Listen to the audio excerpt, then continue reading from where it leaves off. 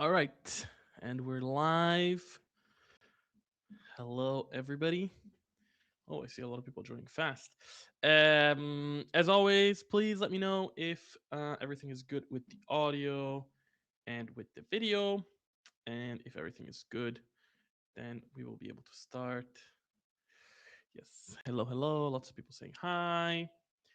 Hi. I hope you had nice holidays. Um, Tomorrow is New Year's. A year goes by fast. Uh, okay. Let's rock this thing like it's an old man's chair. Sure, that's a nice saying. Audio a little low but clear. I have put it to the max and will shove this microphone closer to my mouth. Hopefully it sounds better. Okay, but other people are saying that the sound is good. I assume the video is good. Okay. All right. I think we are good to go. So, welcome to the end of the year stream. At the end of every year, I make a big stream where it's kind of a hybrid between a regular stream and, you know, the special stream, I guess. So, at the beginning, I'm going to go over the things that are coming out next month, like it was a regular stream. Then, after that, I will do a big 2025 sort of year in review kind of situation. Like we're going to look at everything that we did, or many of the things that we did in 2025. And then after that, we're going to go and take a look at 2026. So there's going to be previews for a lot of the stuff that's happening in 2026. And then after that, there will be a Q&A and, just the usual. Important thing, this is probably going to be a long stream. I will try and make it fast ish, but I have like 90 slides to go through, so it's gonna take a while. Um, Whenever it's a really long stream, I let people know that hey, we might, if at some point I need to go take a little break to go to the bathroom, maybe we get snacks, maybe whatever. It's a hangout. We're here to vibe. We're here to enjoy. And then yeah, and that means that it's a casual environment. So if at some point we want to take a break, we just take a break. Um, but I don't think we might need one. We'll see. What else before we start? I think I'm a little bit. My nose is a little bit blocked, so sorry if I'm here just like, you know, um, with a blocked nose, but okay, whatever. I see more and more people are joining. Yeah, let's just crack on with it. Let's start. So we are gonna start by taking a look at what's coming out in January. So first things first. Okay, wait, and let me make this big. All right, first things first. So we had so many Goblin Reclaimers models that we essentially had to extend the Goblin Reclaimers release um, through to January. So the goblins are getting more models. And here we're going to take a look at some of them. So first of all, here is the Tactician. The Tactician is essentially sort of like a commandery kind of guy. It's more like a support hero, but a really cool one. I really love the idea that we have this guy who's like a leader, but truly, as we know by the Goblin Reclaimers lore, the junk bugs are really the smart ones. It's sort of like a Pinky and the Brain situation. And so it's the junk bug on his back that's kind of like actually like leading the charge. But yeah, really cool hero. I like these special heroes that feel a little different, a little special. Then we are also going to get oh wait, I forget the name. The basically support gunners. I forget their name now. They are well, whatever. Anyway, so you're gonna get the support gunners. The idea is that there are these guys wearing like big hazmat suits and they carry heavy weapons. We are actually slightly reworking the design. This looked fine, but we were not fully satisfied with how it was coming out. So the final design is gonna be a bit different than this. So for example, here like the ears are missing. It's looking a little wonky. They don't feel really like our goblins. So the models are being reworked, but here you can get a little sneak peek at what they're going to look like. And yeah, these are like your support gunner type of guys. Then we are also going to finally get the bug riders. So as we know, in the Goblin Reclaimers planet, basically there was like this big nuclear holocaust type of situation, and all the bugs like grew, and that's how we get the smart junk bugs. But that's also how we get these big bugs that they ride. I don't think we actually have an official name for these bugs yet, but we'll definitely come up with some at some point. And yeah, so the bug riders are basically gunners, shooters, they're called, that are riding on the bugs. So they come with lots of different weapon options. They have carabines, they have special weapons, they have male versions, female versions, all the cool stuff that you can expect. And they make for a very interesting sort of cavalry ish unit for the army. Then you are also going to get a hero on a bug, on a big bug. Well, it's not a big bug, on a bug. And yeah, really cool guy. Gets a funky pose with what do you call it? A tactical rock. Even the bug has this sort of like hero um, forehead shield, which I think came out really cool. Yeah, has a cool banner. Another cool hero for you. And then finally, you are also going to get a big bug. Yeah, so the big bug is tall. It's basically like their version of a walker, like a light walker, I suppose. Pretty tall model. Comes with a crew at the top. Has a funky little banner with a chicken or whatever that animal is. Yeah, I love the design of this thing. It just looks fun, and I love the like big proboscis thing, and then big rocket launcher goblin at the top. Yeah, it comes with lots of different weapon options as well. So you can have like all the various heavy weapons of the goblins back there. And I think that's it for Goblin Reclaimers. With this, we will have wrapped up the release. You will have all the walkers and all the tanks and all the various units and the heroes. Yeah, so it's cool. It's nice to have a small army. Sometimes armies take a long time to release, like 6, 7, 8 months. So it's always cool when there's like a small army in between that you can release in like 4 months and be done with it. And yeah, and I think the Goblin Reclaimers they were fun. It's goblins. All right, then. Okay, then starting in January, we're gonna have the War Demons. Well, we're gonna have the big demon releases. We're calling this like the Demon Onslaught. So during January and February, we're gonna have War Demons and Plague Demons, and then during March and April, we're gonna have Change Demons. I'm just adjusting my camera 1 second. We're gonna have Change Demons and Lust Demons. So let's take a look at the War Demons. So first off, let's take a look at all the new stuff that you're getting. So the first thing you're getting is the War Whippers. Basically, the War Whippers are like a sort of ranged unit that fights with whips.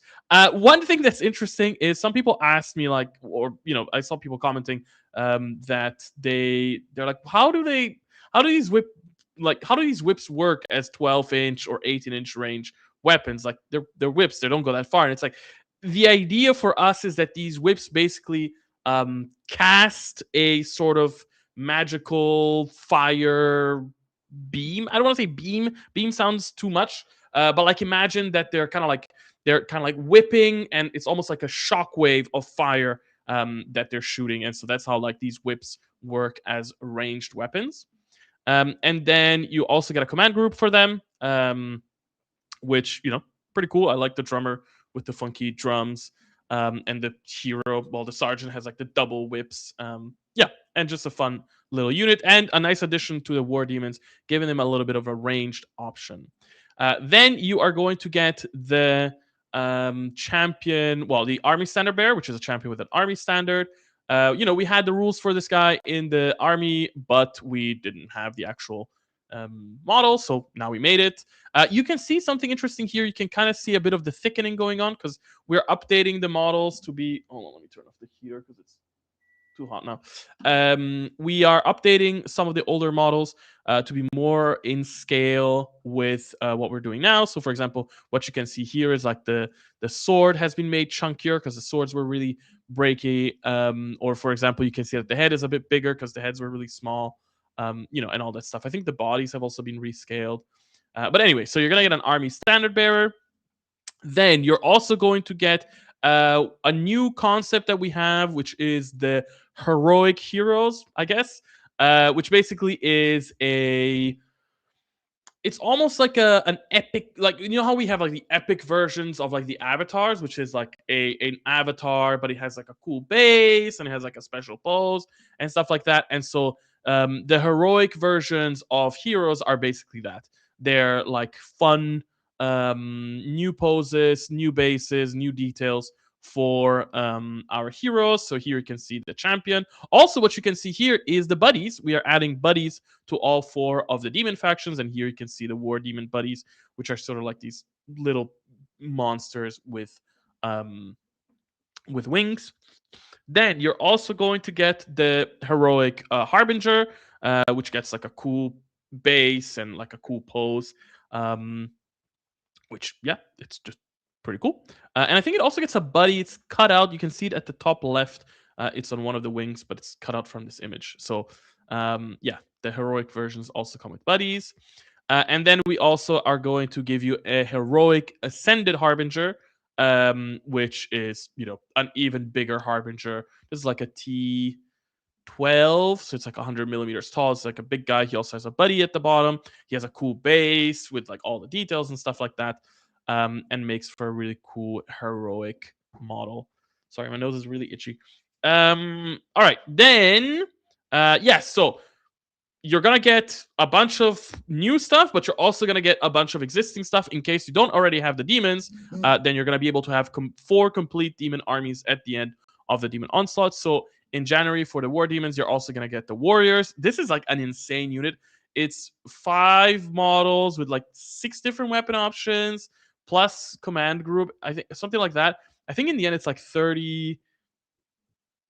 It's something like 33, 36, 38 models that you get, just from the warriors. Then you're also going to get the furies. So these are your winged, your winged guys. They're a little weaker. I think they're 5 up, 5 up, and then but they do get to fly, and they have interesting weapons, and they're scouts as well. Then you're also going to get the hounds, a cool beast unit to scout up the field. You're also going to get the beast riders, the heavy beast riders, I think they're called, which is basically like these warriors on like big, chunky beasts, much bigger than like a regular cavalry unit, and they look really mean and scary. Then you're also going to get a bunch of heroes. You're going to get the regular champion. Then you're also going to get the regular harbinger, and you're also going to get the regular ascended harbinger. So by the end of the first month, you will have like, basically you will have enough to build an entire army, and then next month you're gonna get even more stuff. So yeah, that's really cool. Then I think that's it for the war demons. Then you are going to get plague demons. So plague demons, let's start with the new stuff. First off, you are going to get the sling furies. So basically the furies are the flyers, and these guys are slingers. So they basically have these slings with which they throw these projectiles at a distance. Yeah, and you can see them here. They have like these cool whips. I think Plague are one of the factions that got the least thickening, because it was actually pretty good.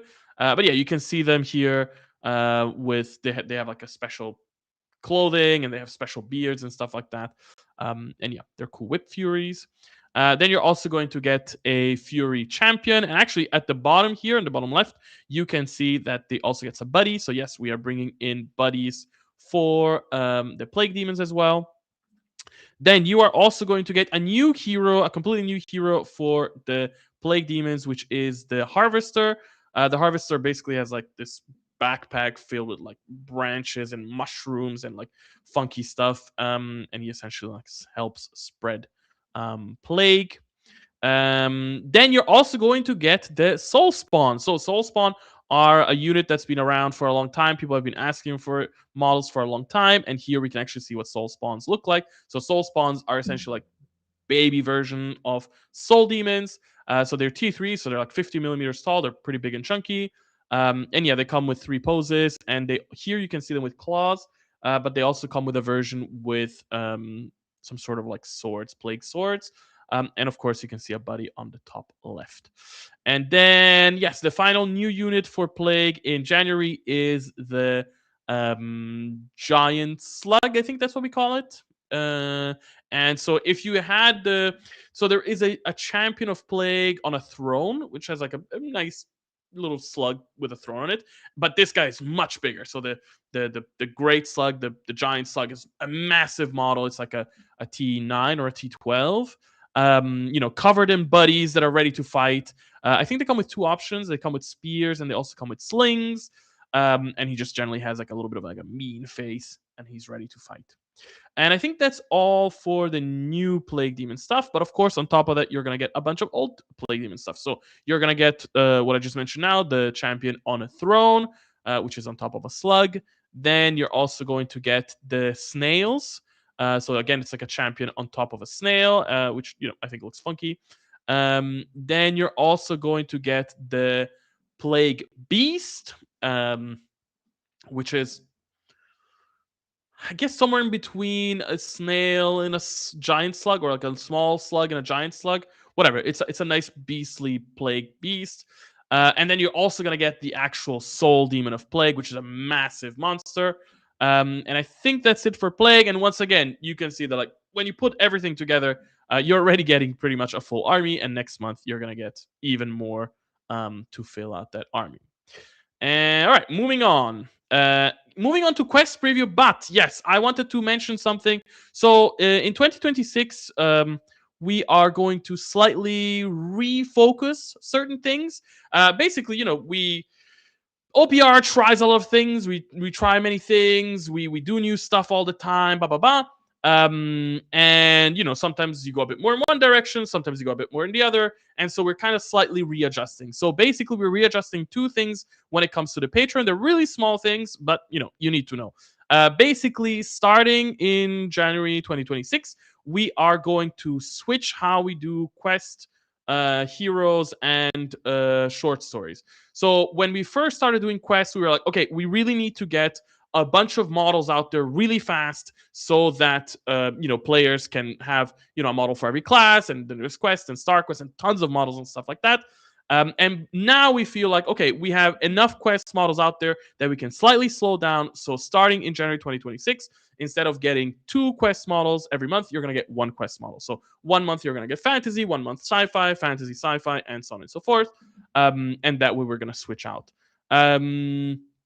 We still love Quest. We are going to keep supporting Quest. We're doing new Quest campaigns all the time. But, I think we did the initial push really well to get something nicely established. And now we can go back at a more manageable pace because, let's be honest, this stuff is like, it's extra work and we need to kind of pace ourselves. And also there's other stuff that people want, lots of things. So shuffling things around. So yes, quest characters, you're going to get 1 quest character 1 month, then a star quest character next month, then a quest character, and so on and so forth.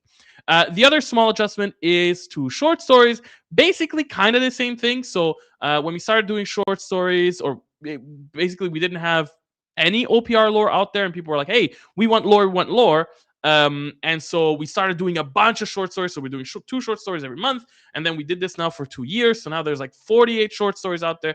And then we also started doing like narrative campaign. And then we started doing the faction books and then the mission pack. So by now there is a ton of lore out there. So again, we're going to slightly slow down, and we're going to do the same thing as we're doing with Quest, where every month we're going to be releasing 1 short story instead of 2 short stories. So 1 short story will be fantasy 1 month. The next month it will be sci-fi, fantasy, sci-fi, fantasy, sci-fi.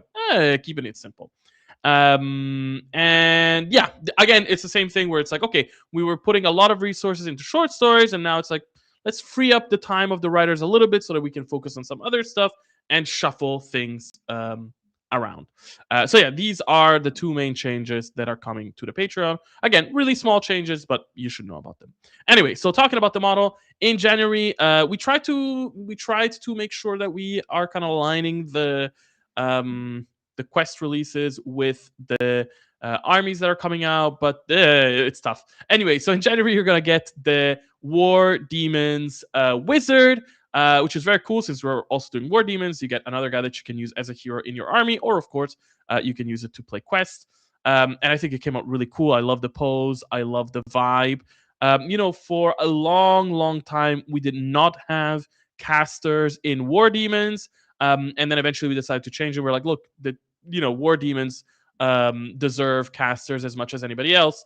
And so we brought them in, and now I'm really happy that we did, because we get really cool models like these. And then also starting in January, there's going to be 2 new quest campaigns, a quest campaign and a star quest campaign, both featuring demons. And combined of those two, each campaign is going to have a double villain, and so you're going to get 4 villains for quest starting in January. So again, the refocus on quest is a refocus. It just means the resources are kind of going somewhere else, but you're still getting a ton of stuff. You're still getting a ton of models.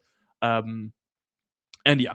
Okay, so then moving on, we have the terrain preview. So we are going to have, we're still going through our jungle/Xenos terrain. Next month, you're going to get the platform. So lots of different options for you to make, like short platforms, tall platforms, long ones, corners, ladders, and all that stuff. There's also like stuff that goes in between, and it really helps add some elevation to your games.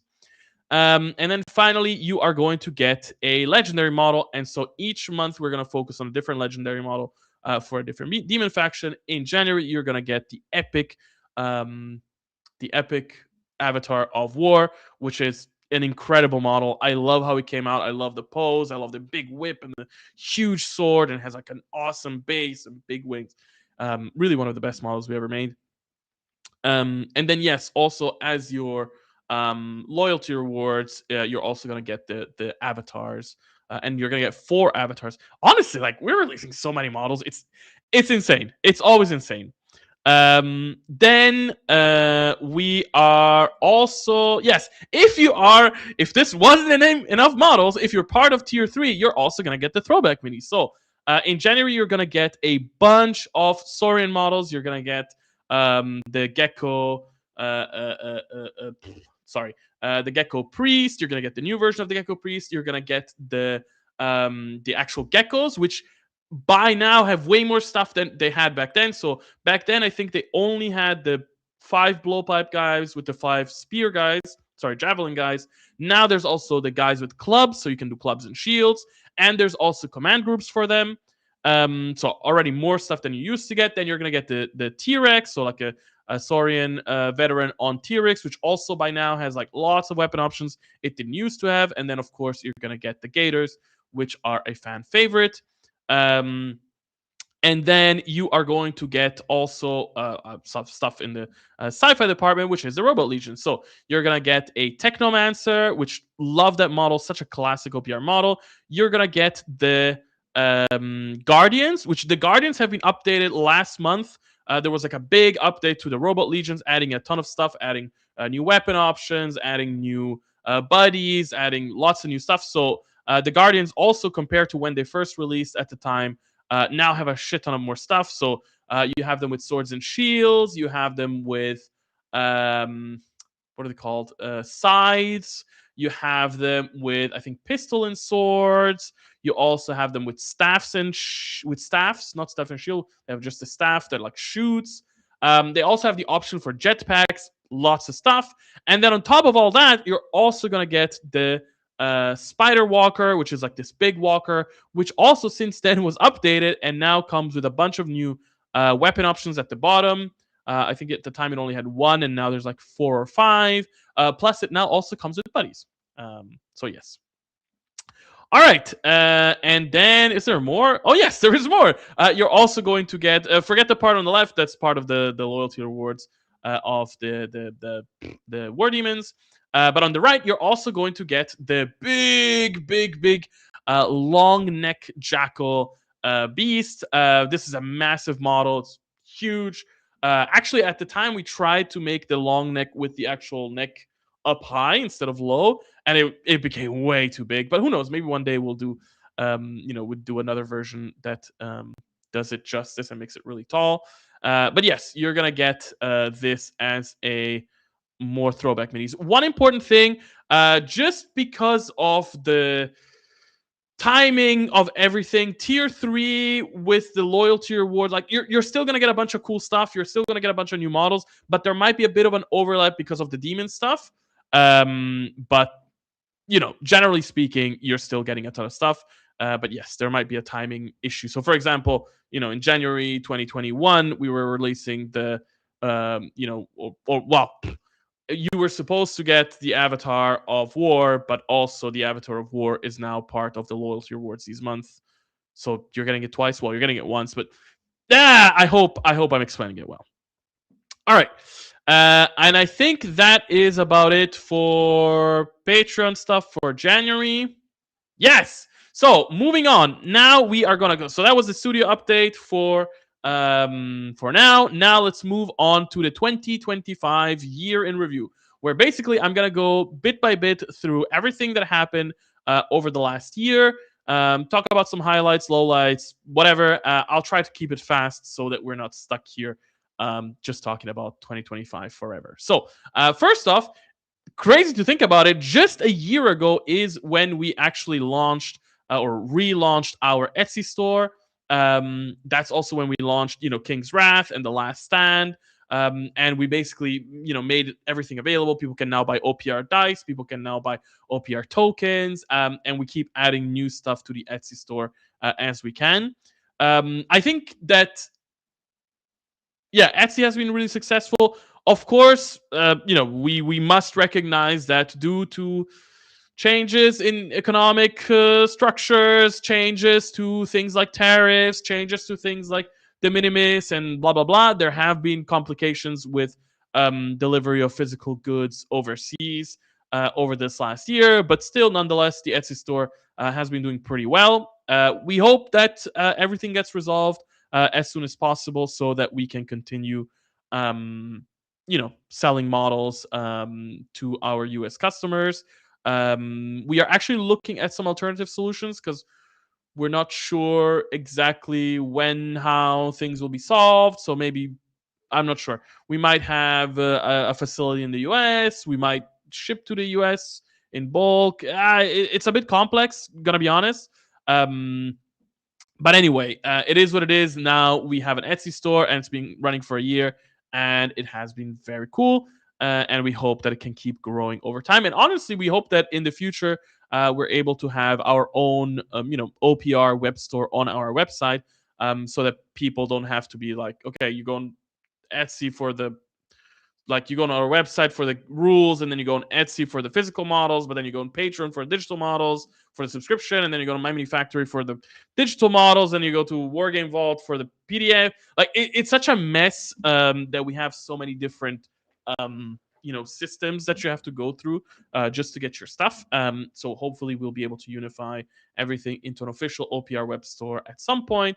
But that also takes time and work, and it is what it is. All right, so that was that was actually end of 2024, beginning of 2025. We opened an Etsy store. Then yes, actually, end of 2024, beginning 2025 is when we launched the Rangers program. It's crazy because so many of these things, you look at them now a year later and it feels like, oh yeah, it's always been here. Like, the Rangers program feels so natural that it's like, yeah, of course. We always had this, but it's like, no. We launched this a year ago.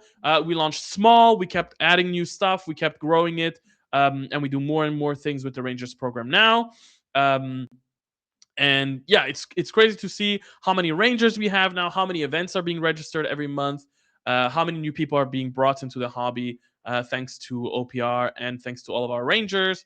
And yeah, it's really cool to see. And I hope that the Rangers program continues being a success and that we can keep growing it in the future. And I also have to say, like, a thank you to all the Rangers for taking part in the program. I know that it can be. It takes some energy to organize events, and get people together and stuff like that. And for as much as we try to do our part, none of this would be possible without you. So thank you very much to our Rangers. Okay, start of 2025. So end of 2024, 2025. Where were we on Patreon? What models were we doing? So it was Human Defense Force. Again, one of those things where it feels like this army was forever ago, but it was just a year ago that we were releasing it. Actually, it was not even, I think we released it all the way up until March or April of 2025, yet it feels like it has been forever. Human Defense Force was a super fun army to make. Yeah, it's just humans are humans. It was like, how do we make our own spin on humans, but that still feels familiar, that still has tropes that people like. Um, and yeah, we came up with the Human Defense Force. We introduced the whole concept of having the robots in the army, which weren't there before. We introduced a bunch of walkers, which weren't there in the army before. And now the Human Defense Force feels to me like, okay, this is truly an OPR army with its own take, rather than just a generic sci-fi human army. Then at the time, okay, in Fantasyland, we were releasing Wood Elves. Again, a huge faction, very interesting to make. It was our second elf faction ever, our first elf faction in fantasy. So it was a bit of a challenge of like, how do we make sure that it feels right? And also, Wood Elves are interesting in that they have basically 5 different facets to the faction. So you have the Wood Elves, like the what we call the Glade, which is like your standard Wood Elves, let's say. Then we have the Grove, which are a little bit wilder. Then we have the Tree Men. Then we have the Eternals, which are like sort of like these bug peeps. And then we have the what's the fifth one? The Wild Elves, which are like tied to owls, and they have like these big masks and stuff like that. Um, so yeah, very cool to see that we were doing these back then. And again, an army that feels like it was forever ago since we released it. Very cool army, very huge army, so many models, so many different units. And yeah, just very satisfying to finally have some elves in Age of Fantasy. Then, yes, beginning of 2025, we released the last tier. The last tier, but also works as the last tier. The name is, if you read the story, the name works both ways. The last tier being a Age of Fantasy skirmish narrative campaign. It is the second story in our reclamation saga. So like the big saga that we're doing for Age of Fantasy Skirmish is called the Reclamation Saga. We're actually currently in the works of updating our website so that there is a proper like page explaining the sagas and how the story functions and stuff like that. And also we're planning some updates to how we're doing narrative campaigns in the future. But anyway, at the beginning of the year, we were doing the last tier. And yeah, very cool. Ratman versus War Demons. Oh, actually, War Demons. Look at that. We were talking about demons now. Lots of models, really cool campaign. I love the story. I love the heroes. Yeah, one of the cool things that we were doing in this campaign is we were trying to sort of have like we're trying to have like a sort of cohesive theme for the mission design throughout the campaign. And here the theme was basically, well, there were two themes. One of the themes was wormholes slash void gates slash reinforcements, which kind of made sense for both factions. And then there was like a whole dueling mechanic where basically you can have your heroes duel. So if you play Age of Fantasy Skirmish or have been thinking about playing Age of Fantasy Skirmish, I would definitely recommend you check out this campaign. The campaign, of course, was made with the Ratmen and the War Demons in mind, but you can totally play it with whatever models you have. And overall, it's just a cool story to read. Then moving on. Oh yes. Then at the beginning of last year, we introduced the ready to play feature to Army Forge. So now when you go to Army Forge, instead of just making your list, you can click on ready to play lists, and basically you can see a bunch of lists that were either made by us officially or were shared by players. So that if you're not sure where to start, you can just grab somebody's list and start from there. This replaced, at some point we had a sort of like random army generator that really nobody was using. So this replaced that feature, and now allows players to share their lists, and other players to find them and start playing with them. If you have lots of cool army lists, we highly recommend that you click on the share for ready to play button so that more players can enjoy them. Yeah, it's an easy way to share your lists.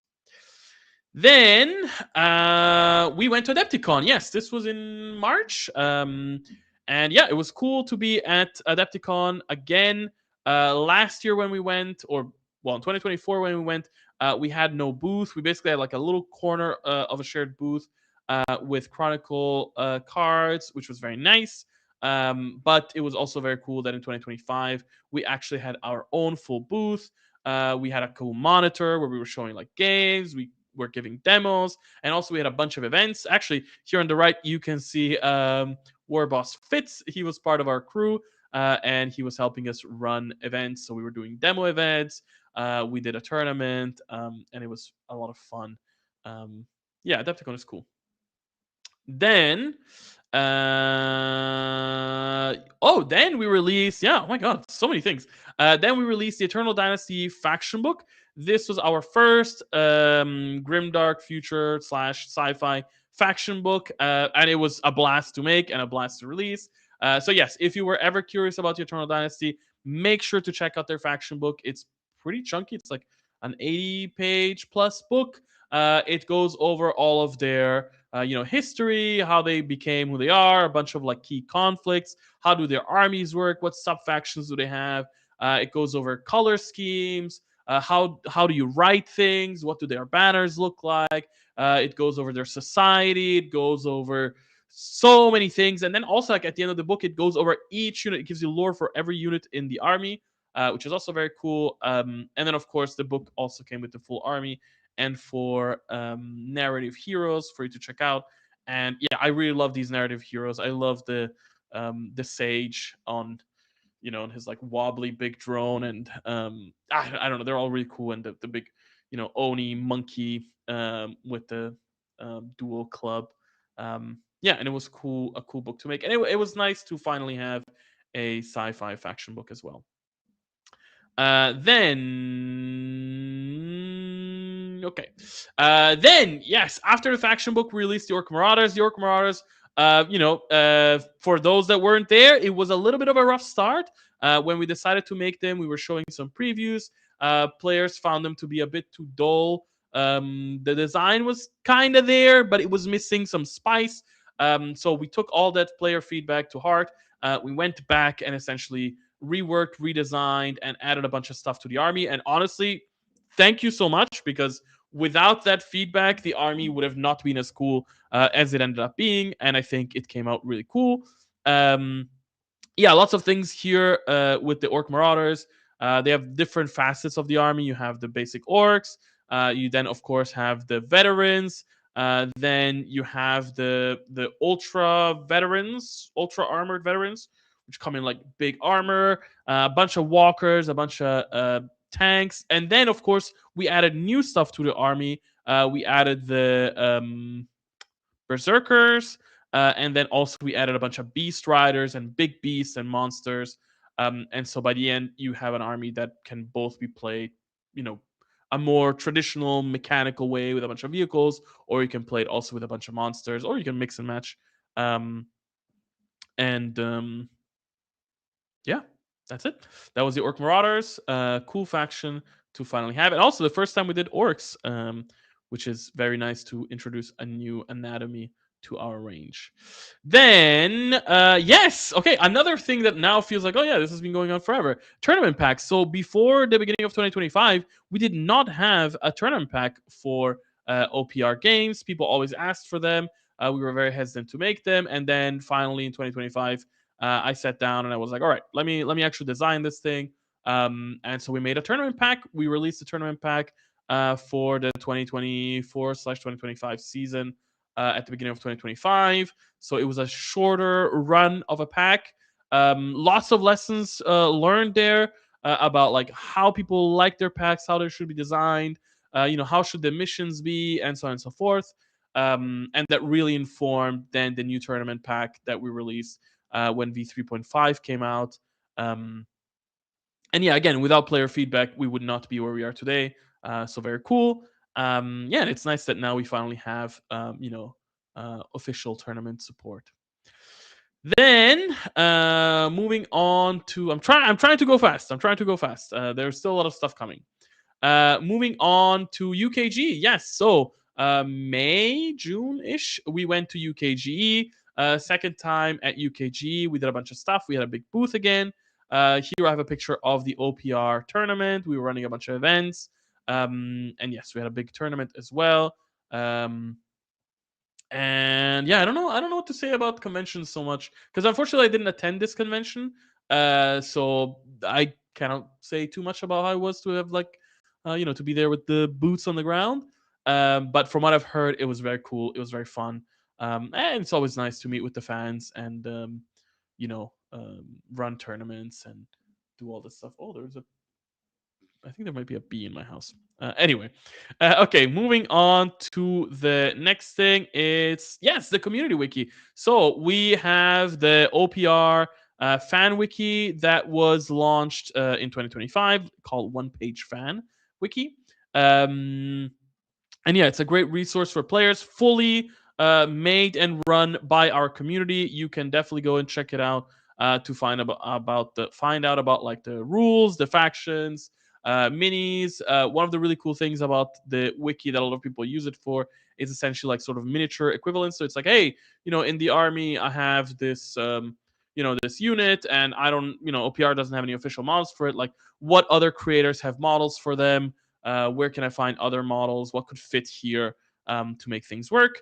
And yeah, I would like to thank also our community for putting this together. It was very cool to see it come together. At some point, we had an official wiki, which we had to shut down for various reasons. And it was a little sad. I felt like, what's going to happen? Are we not going to have wikis anymore?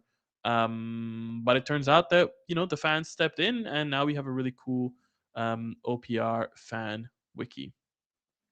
All right. Then game translations. Again, one of the things that now feels like it's been around forever. But yes, we finally decided to translate the core rules for all of our games in 6 languages. Well, we translated into 5 additional languages besides English. Again, a community effort. And it was cool to work with the community, find the people, see the differences between different communities and different countries, and how people think and how people play and how people write, and how they understand the rules. So that was all very cool. And so yes, we translated all the rules into these 6 languages, or well, 5 additional languages, so now they're available in 6 languages. And our plan is also to keep translating things in the future.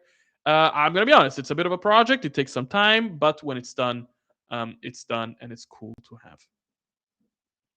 Then, yes, the community events page. So when we first launched the Rangers program, basically what we would do is we would do a post every month where we just kind of showed what events were happening, but it's kind of hard to navigate. You always had to wait for the next post to see the events, and it was kind of messy. And so we worked on a community events page on our website. So if you're playing OPR anywhere in the world, you can go to the community events page. You can filter by country. We can filter different things, and you can find games near you very quickly. We are also still, I guess it's a 2026, 2027 maybe thing. But we are also still working on a full integration for our Rangers program / community events on Army Forge. So the dream for us in the future is that you're not going to have to go to the website and the community events thing to find events, but instead it will all be integrated into Army Forge. Like, my dream is this: is you walk into a new city, you have a bunch of minis, you want to play OPR, and then you just pull out your phone, you go to Army Forge, and you go to just like, events near me, boom, and then you can find, whatever events are happening in your city, or in that city at that moment or nearby, and then you can join them. And I hope it works out. All right, then the Void Sun threat. Okay, so this was now we're about mid 2025. Jesus, there's so many things. So yes, we released the Void Sun threat. The Void Sun threat is a remaster of the old Maximum Threat mission pack, but now filled with a bunch of lore, reworked missions and stuff like that. Um, and yeah, and a bunch of cool minis, a bunch of cool heroes. This time, so this was the first Grimdark Future mission pack. We had one for Firefight, which was Assault on Mahadra, but this was the first one for Grimdark Future. So it comes with 18 missions. If you are kind of bored of playing the regular, just 3 objectives, 5 objectives, and you fight over them, definitely make sure to check out something like the Voice and Threat, where you can play, there's 18 missions for you to pick from. There's also rules on how to play this as a campaign. And there's actually more things that we introduce later to it. But yeah, the Voice and Threat, just a cool campaign, honestly. I like the heroes. I feel, um, I don't know, it just feels nice to have. And as always, whilst we show off the campaign, we theme the campaign around these 4 factions fighting.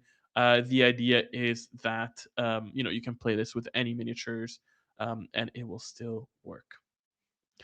Then we ran our first OPR mission jam. So this was a new thing that we've been trying out. So OPR mission jams, it's kind of like a writing jam, but for missions. So a long time ago, we used to have something which were the OPR game jams, where basically you had 48 hours to make a 1-page game.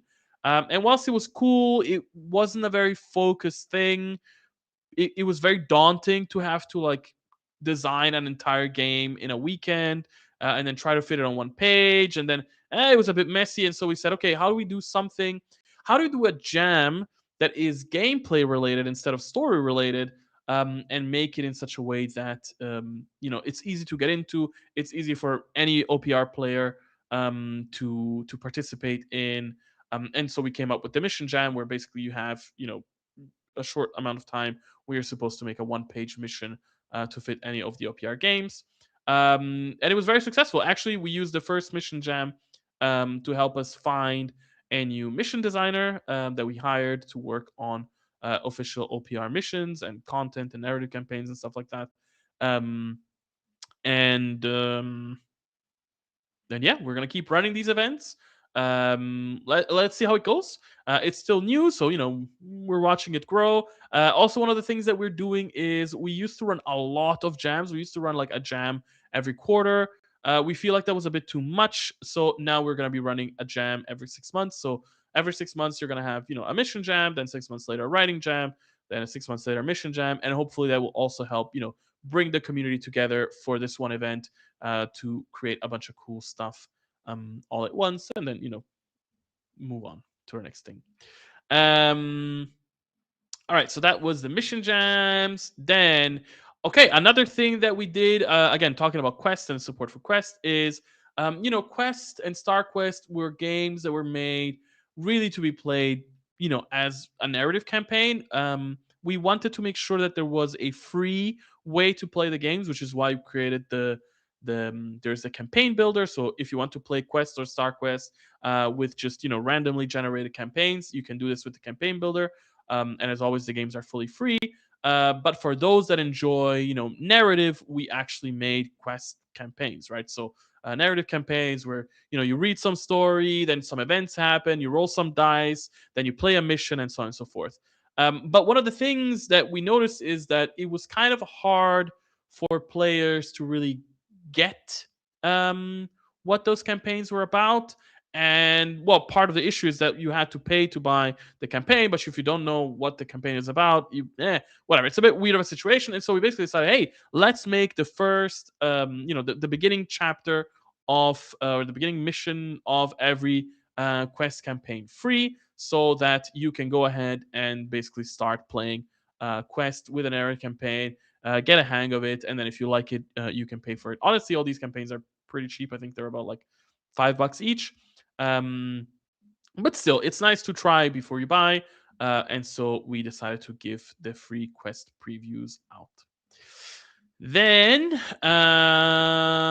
okay, now we're slowly getting towards the mid to end ish of 2025. I mean, I say mid to end, but actually, well, whatever. Yeah, so we started releasing the fantasy dwarves. Very cool. So we had sci-fi dwarves come out, a couple years back with the dwarf guilds, but it was finally time to do the fantasy dwarves. And yeah, it's an interesting faction because we wanted to make sure that it feels uniquely OPR and that it fits the OPR lore. We didn't want to make something that feels too generic to basic dwarf. And so the dwarves in OPR, they have this sort of split between them where After stuff happens in the lore, the mountain holds are kind of like destroyed, and so you have part of the dwarves that are kind of still living in the ruins in the mountains, and part of them that have moved out, and they're basically like coal miners because they found this magical coal, which basically allows them to become wizards. Because it's whatever, they channel magic through the coal, and yeah, and so it allowed us to create this sort of like double thing, this double-sided approach to the army, where you have half of the army which is like mountain themed, and they have more traditional like shields and armor and stuff like that, and they're more mechanical. So they have like mechanical beasts, and they have mechanical devices. They have the helicopters, they have the cannons, and then the other part of the army is the mining part, where you have miners, you have guys with like lanterns and lamps, and lots of picks going around rather than axes. And then of course you have the whole coal beast part, where you have like these beast riders that ride um, on coal beasts, and then you also have the golems, which are coal golems, and you have giant golems, and again, one of those interesting situations where you can play the army either fully focusing on one of these aspects and be like, okay, look, I'm gonna go all mountain and mechanical, or I'm gonna go all miners and with coal beasts and stuff like that and golems, or of course you can mix and match and get a really cool combined army going. And that was the dwarves. And actually, yeah, December was the last month of the dwarf release, so bye bye dwarves. All right, moving on. Yes, then we went to Gen Con. Well, I was about to say Gen Con. To Gen Con. It was very nice. First time we went to Gen Con, we had a small booth. But what was really cool is that for the first time, we actually got to show off Broken Truth. So we had the box there, we had the minis there, we had a terrain there. You can actually see here on the left. We also ran a bit of a painting competition, so it was nice to have players come in and submit their models. And yeah, it was cool. Gen Con. We started small. Let's see where it goes next year, and maybe we can get bigger. Then, wow, I look at this review and I realize we do so much stuff. It's crazy. Like, I feel like every year I tell myself and the team, like, okay, we did a lot this year. We're doing good. Let's slightly slow down. Let's try and get a bit more. Let's try and relax a bit more, and we don't have to rush out so many projects at once. And then somehow we all get excited, and then you get a million things happening every year. So yes, so we released our second fantasy faction book last year, or well, this year in 2025.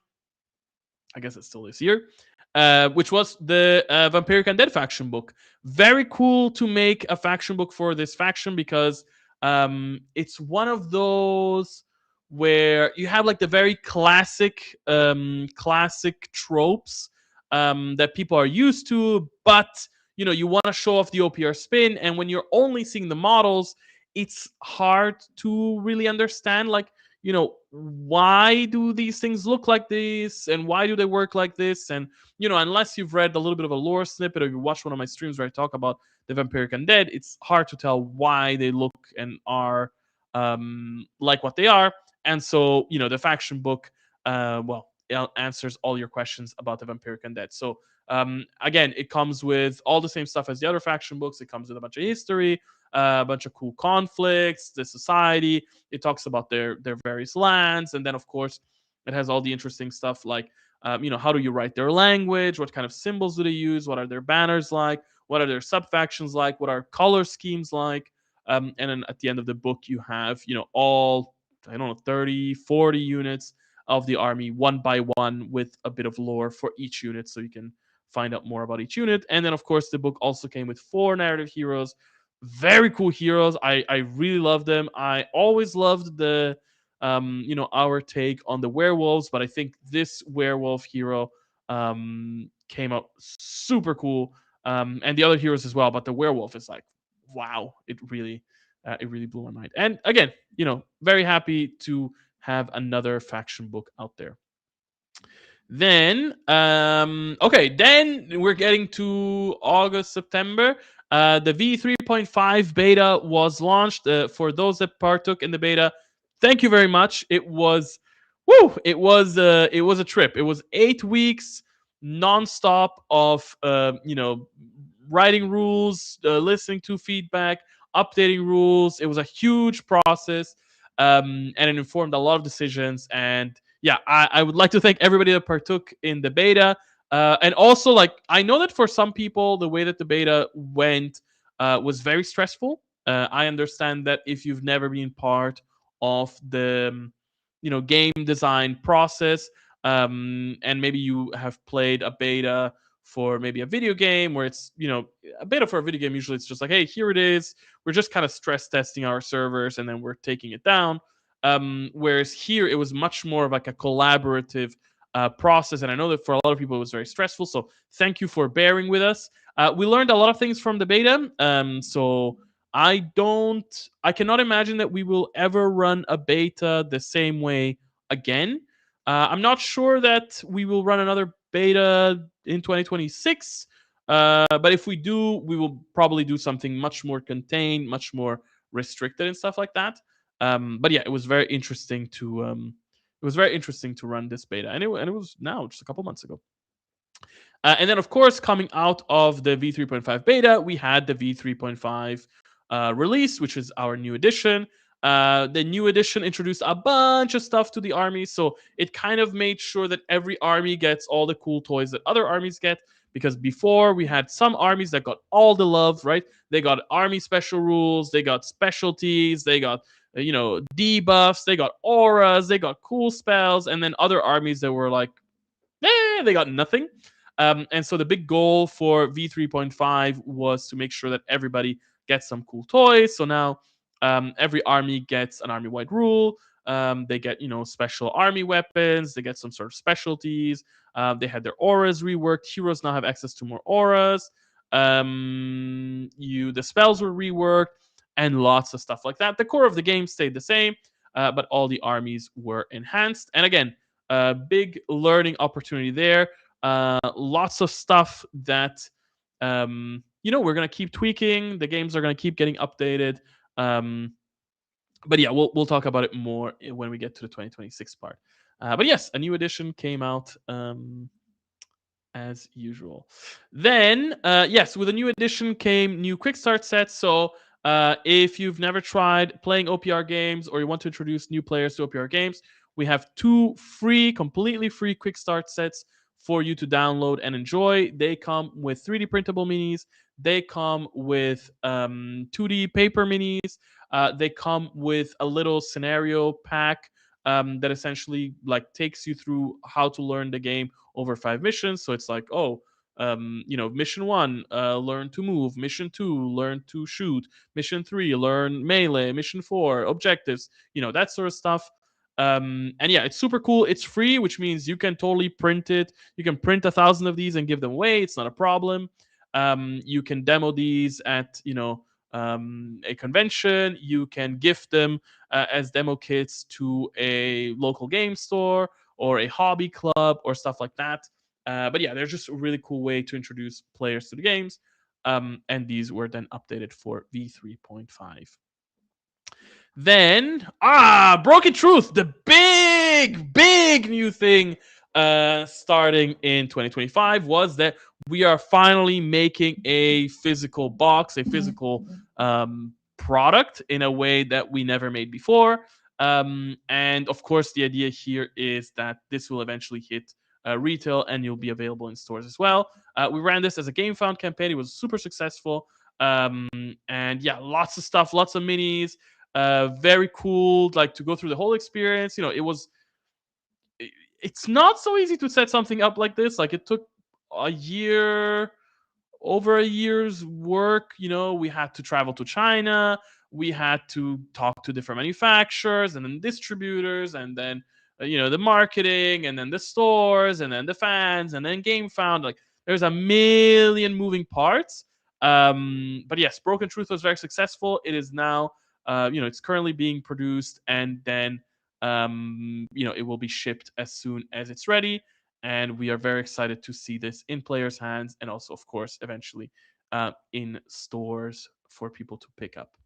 I actually had one of these boxes in my hands recently. Yeah, it's a crazy feeling. It's a crazy feeling. It's big.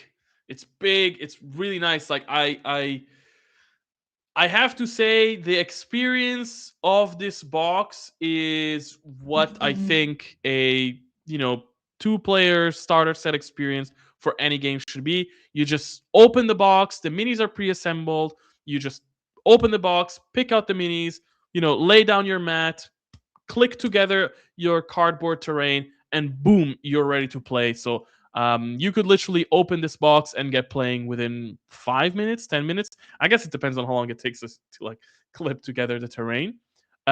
Which is very cool when I compare this some of the experiences I've had in the past with other like wargaming, two-player starter boxes where it's like, okay, you get the box, you open it up, and it's like, wait, there's sprues in here.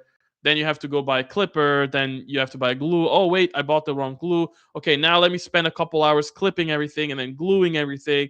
And then, by the time, a day has passed or two, and then you can finally start playing. And I'm like, that's not exactly the experience that we want as OPR. And so Broken Truth sort of solved this problem for us. All right. And there's lots more exciting stuff coming with Broken Truth, of course. If, by the way, you either are a retailer or you have a local game store that you think might be interested in carrying this, send them over to sales@onepagerules.com, because the more stores that want it, the more we will get it to. Then, okay, now we're getting to the end of 2025 finally. Then we started releasing, so at the end of the year, we started releasing the Goblin Reclaimers.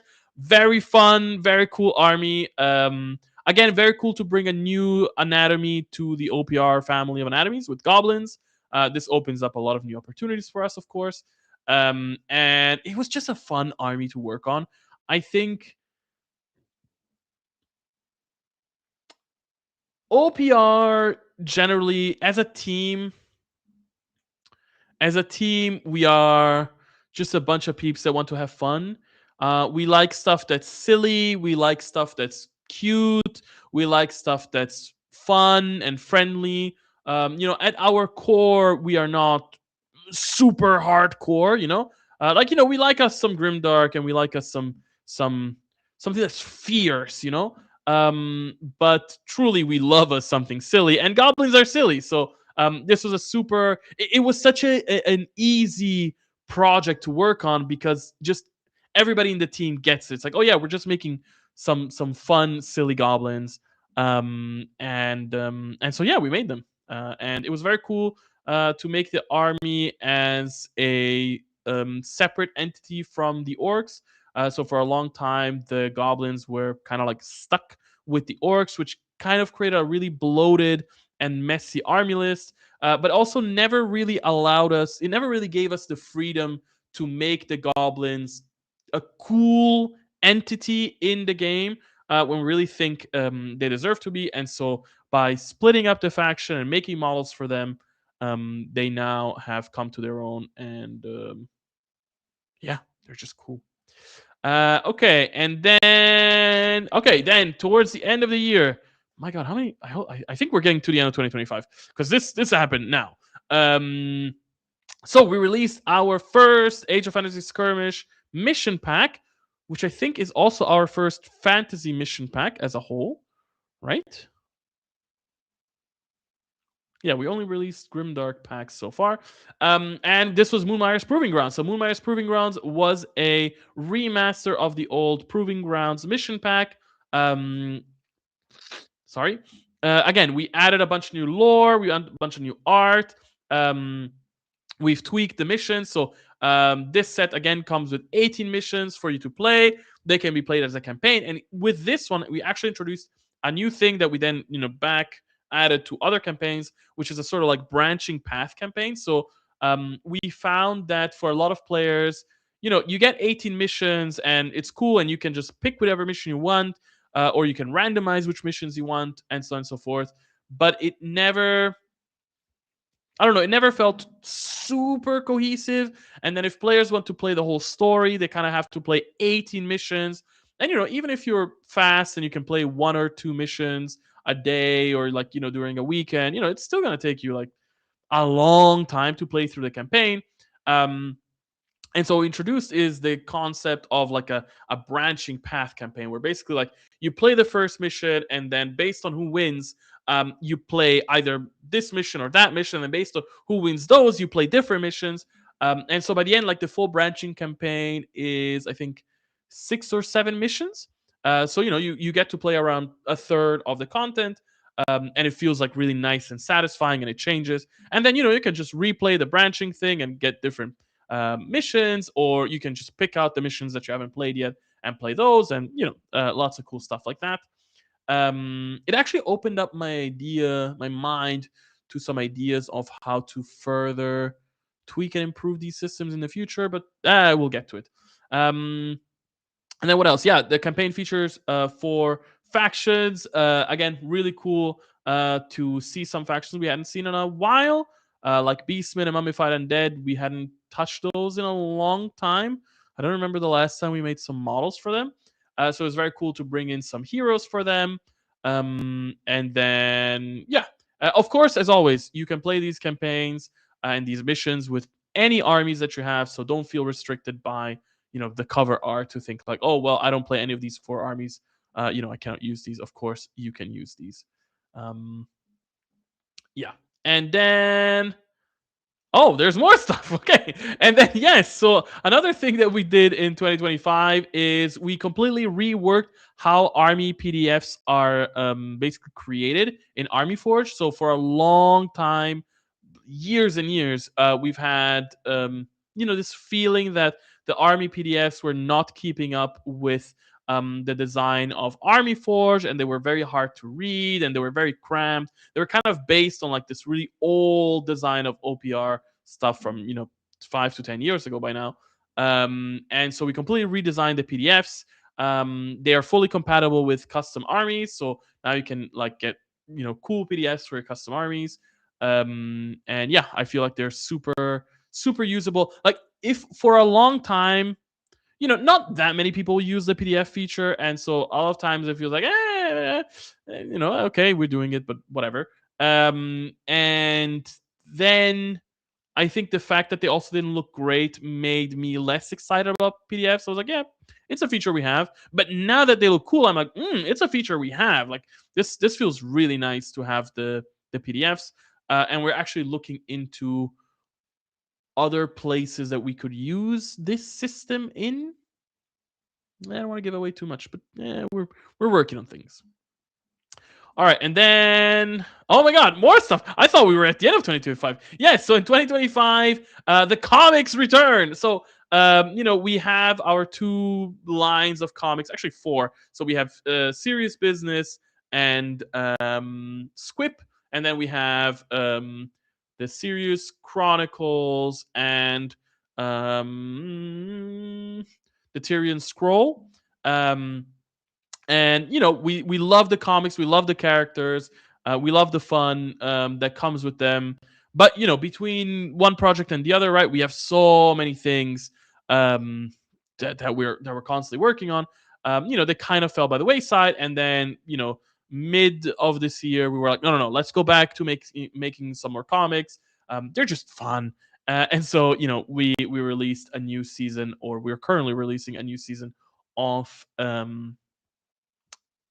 Serious Business, and then we're also going to be releasing a new season of Squip. And yes, there's more stuff that we're interested in doing with comics, but we'll see. All right, is this the end? Oh my God, no. There are so many slides. Okay, then we went to Spiel in Essen, which is a German gaming / tabletop convention. It really is not about war games. Like, war games are kind of like in a corner. I mean, a pretty big corner. The convention is enormous. Like, okay, the convention is so big that the wargaming corner feels small compared to the convention. but the tiny wargaming corner at Spiel Essen is as big, if not bigger, than many small European and US conventions that you can find around. So it's still huge. Well, huge, but not whatever. Anyway, we had a booth here. As always, we're sharing booths with Titanforge. Thank you very much, Titanforge, for helping us set up these booths as well. And yeah, we're giving out demos. We were showing off Broken Truth, so we had even more stuff there this time around. We had the books, we had different types of the boxes, we had the expansion boxes. We were selling the quick start sets. We were selling, we were doing a lot of stuff. There were demos. Unfortunately, conventions like these, like the Spiel convention, is not really about because it's not a wargaming convention. You don't really get to have like a tournament in there and stuff like that. But still, it was cool. All right, and then hopefully we're moving on to this last slide of 2025. Yes, this is the last slide. All right, so the last slide for 2025 is Army Forge Labs. So as I was saying before, I learned a lot of things with the beta process, and I think there's like multiple. I'm trying to think about like where, how. Okay, so one of the things that I personally really enjoyed about the beta process is that it allowed me to be in contact with the community whilst I am actively working on the games in a very like direct way that that I haven't been able to do for a long time. So the way that the beta went, the way that the beta worked, is how day to day OPR used to be, 5, 6, 7, 8 years ago. It was just, at the time we had, at first, we actually started on 4chan, and then there was a blog, then there was a forum. Then at some point we were actually on Slack, and then eventually on Discord. And there was always this very rapid back and forth between me and the players, and this very rapid like updating of the rules. And so like, sometimes the rules were updated every week and stuff like that. And when we had a small community, that was possible. It was fun and it was great. But now with a huge community, it really doesn't work well that way. And we saw in the beta process, because it was very, very harsh for a lot of people. For some people, it was traumatizing, they said, which, my God, like that's not what I wanted at all. I wanted to just do something fun for the community. And so Labs basically allows us to do that without either harming the game or the community on a large scale. So what is Labs? Basically, if you are a patron, tier 1 or tier 2, doesn't matter, or tier 3, doesn't matter, you get access to RB Forge Labs, which is a separate instance of Army Forge that has a bunch of experimental rules. And then you also get access to a section of our Discord where it's about labs, and where I get to share just random ideas and concepts and PDFs. And basically, I get to share all my crazy ideas. You can see me work on stuff in real time. It's all in a safe, contained environment, so you don't have to worry about rebuilding your army. And it basically, it allows me to bring you into the game design process without, completely destroying your armies every couple weeks. And yeah, then the idea with Labs is that we will be able to test things there in the long term. We'll be able to put ideas there, discard ideas from there. None of the things that are in Labs have to make it to final, or will make it to final. And so yeah, I put it here. Nothing is final. The rules are experimental. Don't get too attached. Use it at your own peril. It's really like, hey, do you want a sneak peek at like our process? Are you a patron anyway, and you're interested? Go check it out. Open Labs, play a few games, give us some feedback, and then move on to regular play. And that is what Labs is all about. I'm trying new things with Labs all the time. We have different threads there. I want to try some new stuff. I want to try a thing that I'm calling like a monthly focus, which I think could be an interesting concept, where basically I say, hey, like, I know that there's like a million ideas that I'm testing out here, but like, how about for this month, play test this specific thing and then provide me feedback here. And then, every month we can focus on a different thing and get some feedback. Whatever. Lots of stuff there. If you're a patron, check out Labs. If you were always interested in supporting OPR, but didn't really like paper minis and stuff like that in tier 1, but would be interested in something like this, feel free to support us to get access. And as always, use at your own peril. All right, with this, we end the 2025 year in review.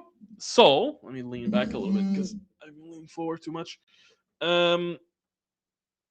Yeah, let's move on to 2026. Now we are checking out the 2026 roadmap. One big caveat, I guess. So, 2026 roadmap. I did not put any dates here. It's sort of in chronological order ish. None of the things that are being shown here will necessarily happen. They should happen, but plans change, things get moved around, and stuff like that. So again, it's a general roadmap. It's a vibe of what we're working on and what's coming, and more or less when it's coming. But we're a small indie company. We're doing what we can, and ultimately, things will only be released when it's ready, as we always say. All right, so starting. Okay, well, some of these are simple. So starting in 2026 with Patreon. So in January and February, we're gonna have War Demons and Plague Demons. So as I already explained before, you're gonna get a ton of models. You're basically gonna get all already released models and a ton of new models. Plus, you're also gonna get models from the Quest and Star Quest campaigns. So yes, January, February, you're gonna get War and Plague. And then March and April, you're going to get Change and Lust. Same thing as with War and Plague. You're going to get a bunch of existing models. You're going to get a bunch of new models. They're also getting buddies. So actually, let me go back. So the War Demon buddies, I've shown them. They're kind of like these gargoyle things with wings. The Plague buddies, actually, the Plague Demons already had these swarms. So the buddies from the swarms are the buddies. For Change, the little changelings, which you can see at the bottom right of the Change section, those are the buddies for the faction. They're kind of silly. It's kind of similar to how they work in Plague. And then for Lust, I don't want to spoil it, but there are some cute buddies for Lust as well that make a lot of sense with their faction. So yes, the first 4 months of the year on Patreon, you're getting the Demon Onslaught with all of these 4 armies. So by the end of the 4 months, not only will you have the 4 full armies that already exist, plus the 4 avatars, plus the 4 epic avatars, you're also going to get all the new stuff. It's, as always, it's insane the amount of content you get, but why not? Why not? We also like to have fun. Then, okay, so yes, I'm gonna be weaving in things here based on the time. So, in 2026, well, I guess in early 2026, we are looking at doing the V3.5.2 hotfix. So, let me explain this. So, originally, or for the last few years, the way that we did things is that we had one release of the game around September, and then every quarter we did like a big balance patch where we changed a bunch of stuff. Now, we know that for a lot of players, especially as the game gets bigger and more people are playing, we know that getting big balance patches every 3 months is a lot. So we decided to kind of slow down ish. Sorry, wait, my nose is super itchy. All right. So we decided to change that. Basically, what we're going to do is we're still going to have the new edition that comes out in September. Then, about 6 months later, we're going to have a mid-year balance patch where basically we look at all the feedback we got over the last 6 months and we do a balance patch. Ideally, the goal with the balance patch is that it tries not to change too much as much as possible, especially tries to not mess too drastically with army with point costs, because the idea is like, look, when a big balance patch like that comes out, you might have to tweak your army a bit, but it shouldn't be like, damn, like I have to restart my army. Whereas an addition change, might have big enough changes that you're like, you know what, I want to rethink my army completely. But a balance patch should not be like that. And then between the addition and the balance patch, and then the balance patch and the addition, we're gonna have a hotfix. So the hotfix is a very small. Sorry, my nose is super. Okay, the hotfix is a very small patch that essentially just fixes things that are completely broken. So maybe we realize that, like, oh, a rule was just not. It did not make sense. Like, a rule that makes sense in the other games does not make sense in Quest, and so it needs to be reworked. Or it might have small quality of life improvements. So for example, sorry, for example, one of the things that we saw was we have a rule. We have impact. Everybody knows the impact rule, and then we have a rule called heavy impact, which basically heavy impact gives AP1 to your impact hits, and now you basically have to have two rules: impact, heavy impact, and it gets like really messy in the stat line. And so, for instance, one of the things that we want to do is we basically want to combine them so that when a unit has heavy impact, instead of having impact and heavy impact, where it's like impact, they roll 2 up and get hits, plus heavy impact, AP1 to your hits. We just have heavy impact, and heavy impact is roll dice on 2 ups, you get hits, and those hits have AP1. So it's small quality of life changes like this, where it doesn't change how you play, it doesn't change your point cost, it doesn't change anything like that. It's just a quality of life improvement. We also might do very small changes. So for the V3.5.2 hotfix, I actually have some notes. I can bust them out just to take a quick look if there's anything here that really matters. Yeah, we're just clarifying some wording because this one. So because unfortunately, like, the beta ran longer than we wanted, and then the game came out later. This patch, like, the timelines of everything is kind of messy. So this hotfix is gonna come out pretty soon, late January. But yeah, small things. So we're clarifying some wording. We're rewriting a little bit of some rules to be clearer and simpler to understand. Impact is being connected with heavy impact. We're fixing some rules that we're not working with Quest and Star Quest. Pretty much it. We're fixing some broken costs that are currently returning 0. Yeah, nothing too special. So again, just small things like these. One thing we might do is we might go back, and we know that some armies had some weapons that were replaced by army weapons, and mostly went over pretty well. But some armies players felt a little like, you took an option away from me, and this new option doesn't really fill that same niche. And so we might bring a couple of those back. I think specifically the one that we were thinking about was the Goblin Reclaimers, where they basically kind of lost their deadly options. And so we kind of like want to mitigate this and fix it. So yeah, so a hot fix is coming late January, maybe early February, somewhere there. But it's going to be super small, just a hot fix. So the idea is that when an edition comes out, you have 6 months where you can just play away, have fun. The hot fix will not change anything. Then a balance patch comes out. Then you have 6 months with nothing, chill, and then a new edition, and so on and so forth. Basically, we're trying to introduce a lot of systems to kind of,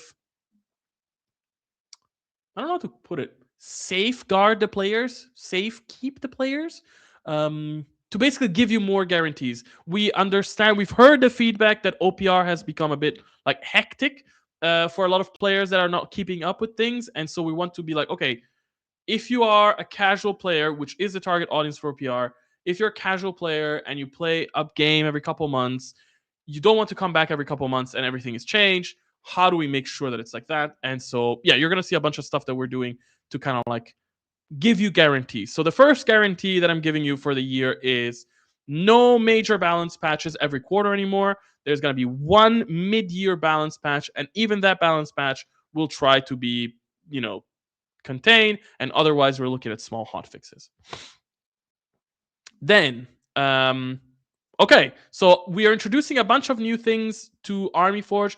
Right now, these things are already available in labs. So if you're part of labs, go check them out. Give me some feedback because it would be very appreciated. So we're introducing a couple of new things to Army Forge. So number one is half range mode. Super simple. So a lot of people play with kitchen table game rules. A lot of people sometimes play on smaller tables, whatever. And then what we usually say is like, hey, like a simple way to play this is just half the ranges on everything that you do. And yeah, you can just do that in your head. But when we played it, we realized, when you play it, whatever. It's a quality of life improvement. Basically, you'll have a little button that says, hey, half the ranges. And then it will just literally half the ranges of everything in the game. And then that way you can have your printed out army list that already has the half range measurements, so that when you play on a kitchen table setting on a kitchen table game, when you're playing on a smaller table, you don't have to go there and manually be like, okay, I have a heavy rifle, it shoots 24 inches, but wait, we're doing half range, so it's 12 inches. Okay, wait, I have a heavy flamer, it shoots 12 inches, but wait, it's actually 6 inches. Oh, I have a now you just read the stats. The stats will just tell you, hey, it's half ranged. Honestly, this feature is so simple. We're gonna do a bit of testing to try and see if there's any issues with it, and that's why I'm also saying, like, please, if you're part of labs, make sure to give us some feedback. But I think the feature is pretty much ready to go out, and so I'm expecting it to go out relatively soon. Then generic mode. Yes, so this is another thing. It's an experimental thing that we're doing in labs, and that should come out sometime early next year, we hope. And so what is generic mode? So basically, OPR started as was and always will be a mini-agnostic system. Now, one thing we realize is that as OPR grows, as we have more of our lore, as we want to do more interesting things, we might want to give cool names to things. So, for example, we might want to name. I'm trying to think of a good example. We have the Eternal Dynasty, right? And now, if you are, you follow the OPR lore and you're interested in all that stuff, you're like, okay, Eternal Dynasty, I know what that is. Cool. But if you're not, if you're like, look, I just want a system that is simple, that I can play, that is generic, that I can put all my minis in here and just play with them, then what we're going to have is a little button again that is going to be like generify or generic mode or whatever. And basically what it will do is it will change the names of all the armies and of all the units, not the weapons, not the rules, not the special options. That is a bit too complex, but it will change the names of all the armies and all the rules, and all the units into a generic name. Now, we're still testing to see how extremely generic we want to go or not. We're trying to find the balance there. And again, if you're part of labs, this is currently available in labs, and you can go check it out. Oh, sorry. I just saw somebody ask, and this is a good question. Will the Eternal Dynasty be called Space Japanese Aliens? Lol. I think they're called Samurai Aliens. Simple. Or Space Samurai. Or Samurai Aliens. Whatever. One of the two. But yes, the idea here is that we want to provide you with a guarantee that no matter what we do with our lore, no matter if we want to one day call, instead of calling our now I'm trying to think of good examples. Okay, I have a good example, which is for fantasy. For fantasy, we know that a lot of fantasy factions have extremely generic names right now. Like Ratmen are just called Ratmen. And so in our lore, the Ratmen live, they have sort of like these country realms, whatever, where they live in these like massive like forts. Like the whole thing is like they live in the middle of like a bunch of other factions that are constantly getting attacked by different sides, and so they have they live in forts, like these big fort, castle, city, and whatever. So one day we might want to just for the vibes, instead of it saying Ratman, it might say Ratman Fort Realms, right? So it's like, okay, it's the Ratman Fort Realms. The name is a little bit more interesting. It gives you a little bit of hint of lore, and it's nice. But you might be like, I don't care that you want to call them Ratman Fort Realms. And so what you can do is you click on generic naming, and then boom, Ratman are just called Ratman. And here you can see a bunch of examples of generic names. One of the things to note is here there's sci-fi names. For the sci-fi names, we added space in front of a lot of them, so that if you're kind of like playing mixed games, they're more easy to tell apart. But yes, so you can see what is currently called the Dark Elf Raiders, which already is kind of like a lore-y name, becomes Space Dark Elves. Very easy. Dwarf Guilds, again, kind of lore-y already, Space Dwarves. Elven Jesters, Space Elf Jesters. Easy. Battle Brothers, Space Enforcers. This is actually like an homage to an old thing. Goblin Reclaimers, Space Goblins. Easy. High Elf Fleets, Space High Elves. Easy. Human Defense Force, Space Humans. Boom. Right? I hope this all makes sense where it's like, it's just trying to keep things simple and recognizable and easy for people to get into, and easy for people also to just be like, look, I'll kind of I'll use this as a baseline, then I'll theme it however I want. I actually have a preview of some. Okay, here is some units. Now, this is where I was saying we are kind of still tinkering with how generic we want the names to be. Right now, in the test version that we have, is we are going as generic as we can, but we might tweak that. So, for example, here, what you can see is the generic version of the High Elf fleets, which becomes the Space High Elves. Here you can see an extremely generic version of it where, okay, instead of having, I think it's called like the acolytes, right? The acolytes are your group of psychics. It's literally just called psychic group. Your basic infantry, which are called the defenders, I think, guardians, defenders. I always forget. There's one of the two. They're just called infantry. I think now they're called your retributors are just called elite infantry. Your strikers, they're just called assault infantry. Your gliders, elite flying infantry, and so on and so forth. So the idea is that you can just go generic. Again, we are trying to understand how generic we should go. Like, is this maybe a bit too generic where people are like lost? Lots of stuff to tweak. So yes, if you're part of labs, please come on in and give us some feedback and check them out, and go for it. So that's generic mode. Then so this is a very, very important one. Lots of stuff here to debate, lots of stuff here to think about. This one is not available in labs yet. We're still working on it, but it will be available in labs hopefully soon. So basic/demo mode. What does this mean? Now, one thing that we realized is that when we as OPR go to a convention and we give demos, what we do is we kind of give people a very basic version of the game. We essentially remove any non-core rules. So, like, if you're playing a faction that has some fancy special rule like dodge, it was renamed, now it's called melee evasion. And you're trying to give someone a demo, it's supposed to be fast. They're supposed to be able to just have their core rules and play. You don't want them to read that. So then we strike that out. We basically just strike things out. And so instead of us having to go and manually strike those out, what we were implementing, or the idea of what we're implementing here, is we're implementing a mode in Army Forge where we can just click like, hey, give me the demo mode. And basically it will strip away everything that is not a core rule. Again, there's still some small tweaks here and there. And then it basically gives you a basic version of the game.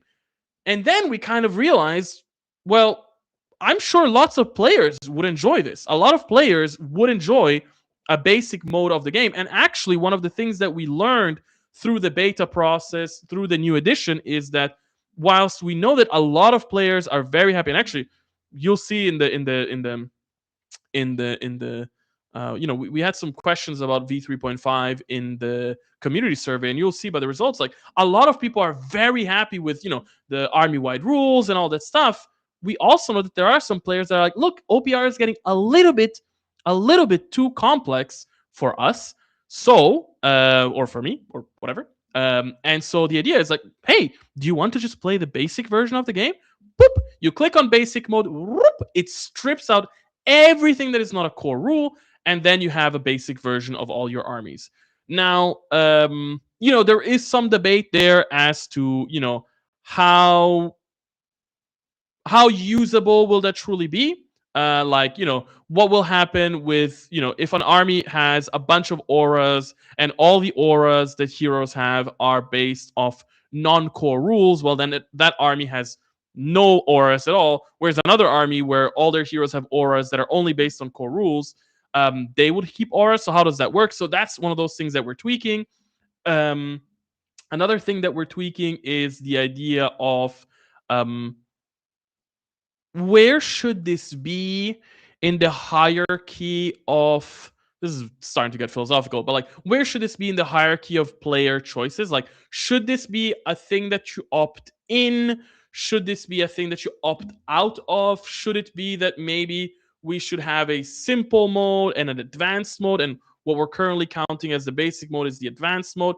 I'm not sure. I don't think it truly makes sense because the basic mode, it's like a simple conversion. It's not, the game is not designed around basic mode. So lots of things to still figure out. We'll hopefully have this up in labs over the next month or two. It takes a bit more work than we originally, than the other systems that we already implemented. And once it's available in labs, we will let you know, and then you will be able to come and check it out. But yes, so this is a thing that's coming. So I guess the big news here is for all of those players that felt that, hey, V3.5 is going slightly too complex. Like, I don't like all the new army-wide rules. I don't like that some armies get wacky stuff like reinforcements. I don't like that you can have marks and debuffs. Then hey, don't worry, click on the basic/demo mode button, and then whoop, all that stuff is stripped away, and then you can play the game yourself. Or of course, you can use it for what it was originally intended for, which is to give demos. So this is also a great tool for rangers as well. All right, then moving on to the next thing, which is a new army is coming to Age of Fantasy. So the Dragon Empire is a new Asian-inspired fantasy army that's coming to Age of Fantasy.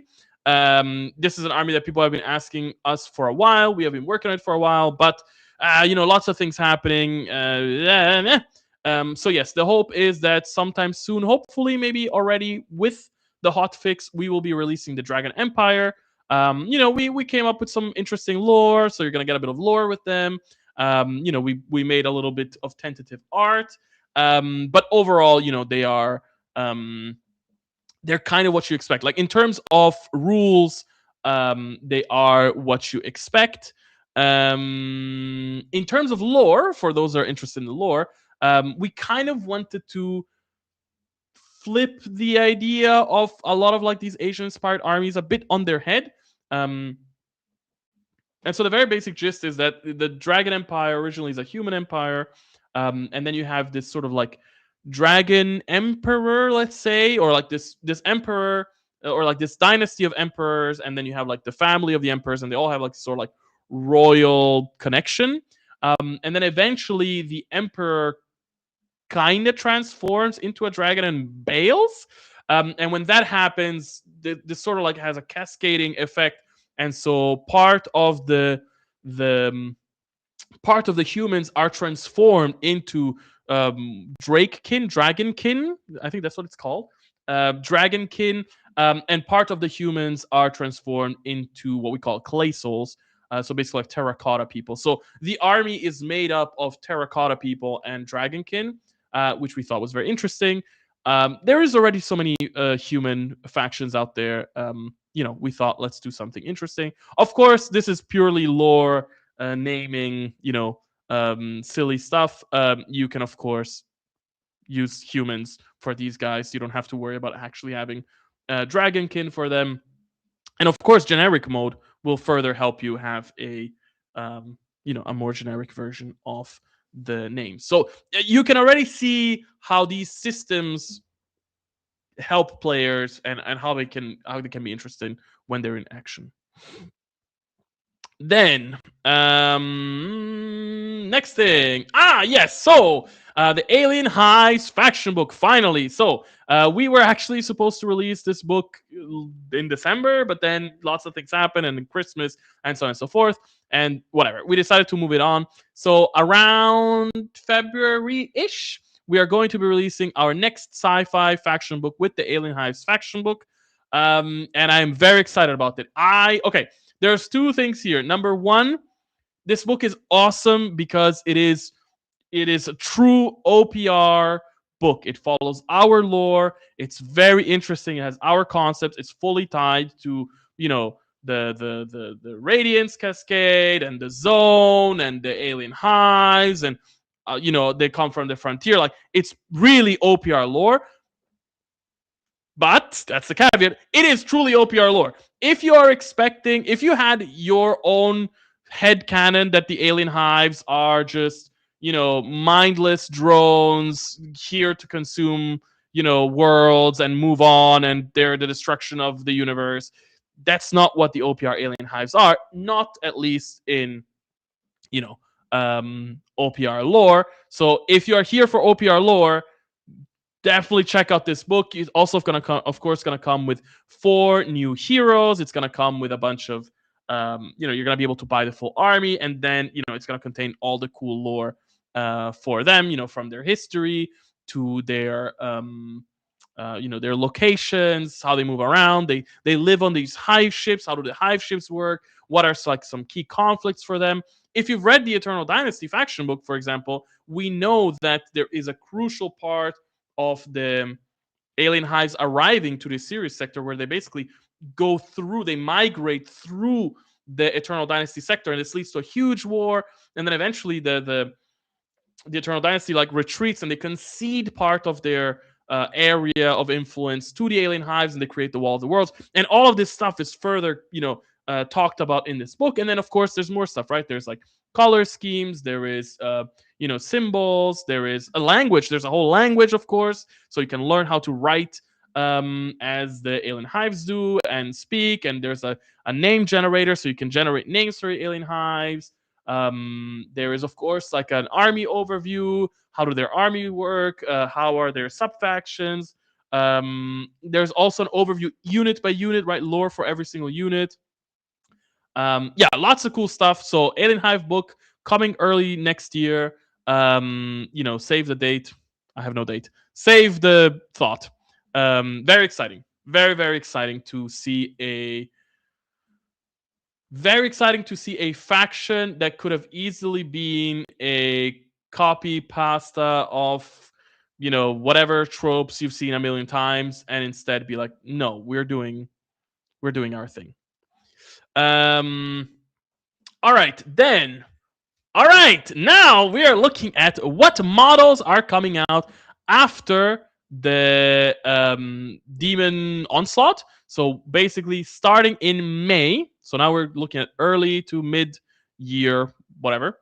And that is okay. Let's look at sci-fi and fantasy. Of course, we're gonna look at both. And first off, you're gonna get the Ratman clans. So Ratman clans, very exciting.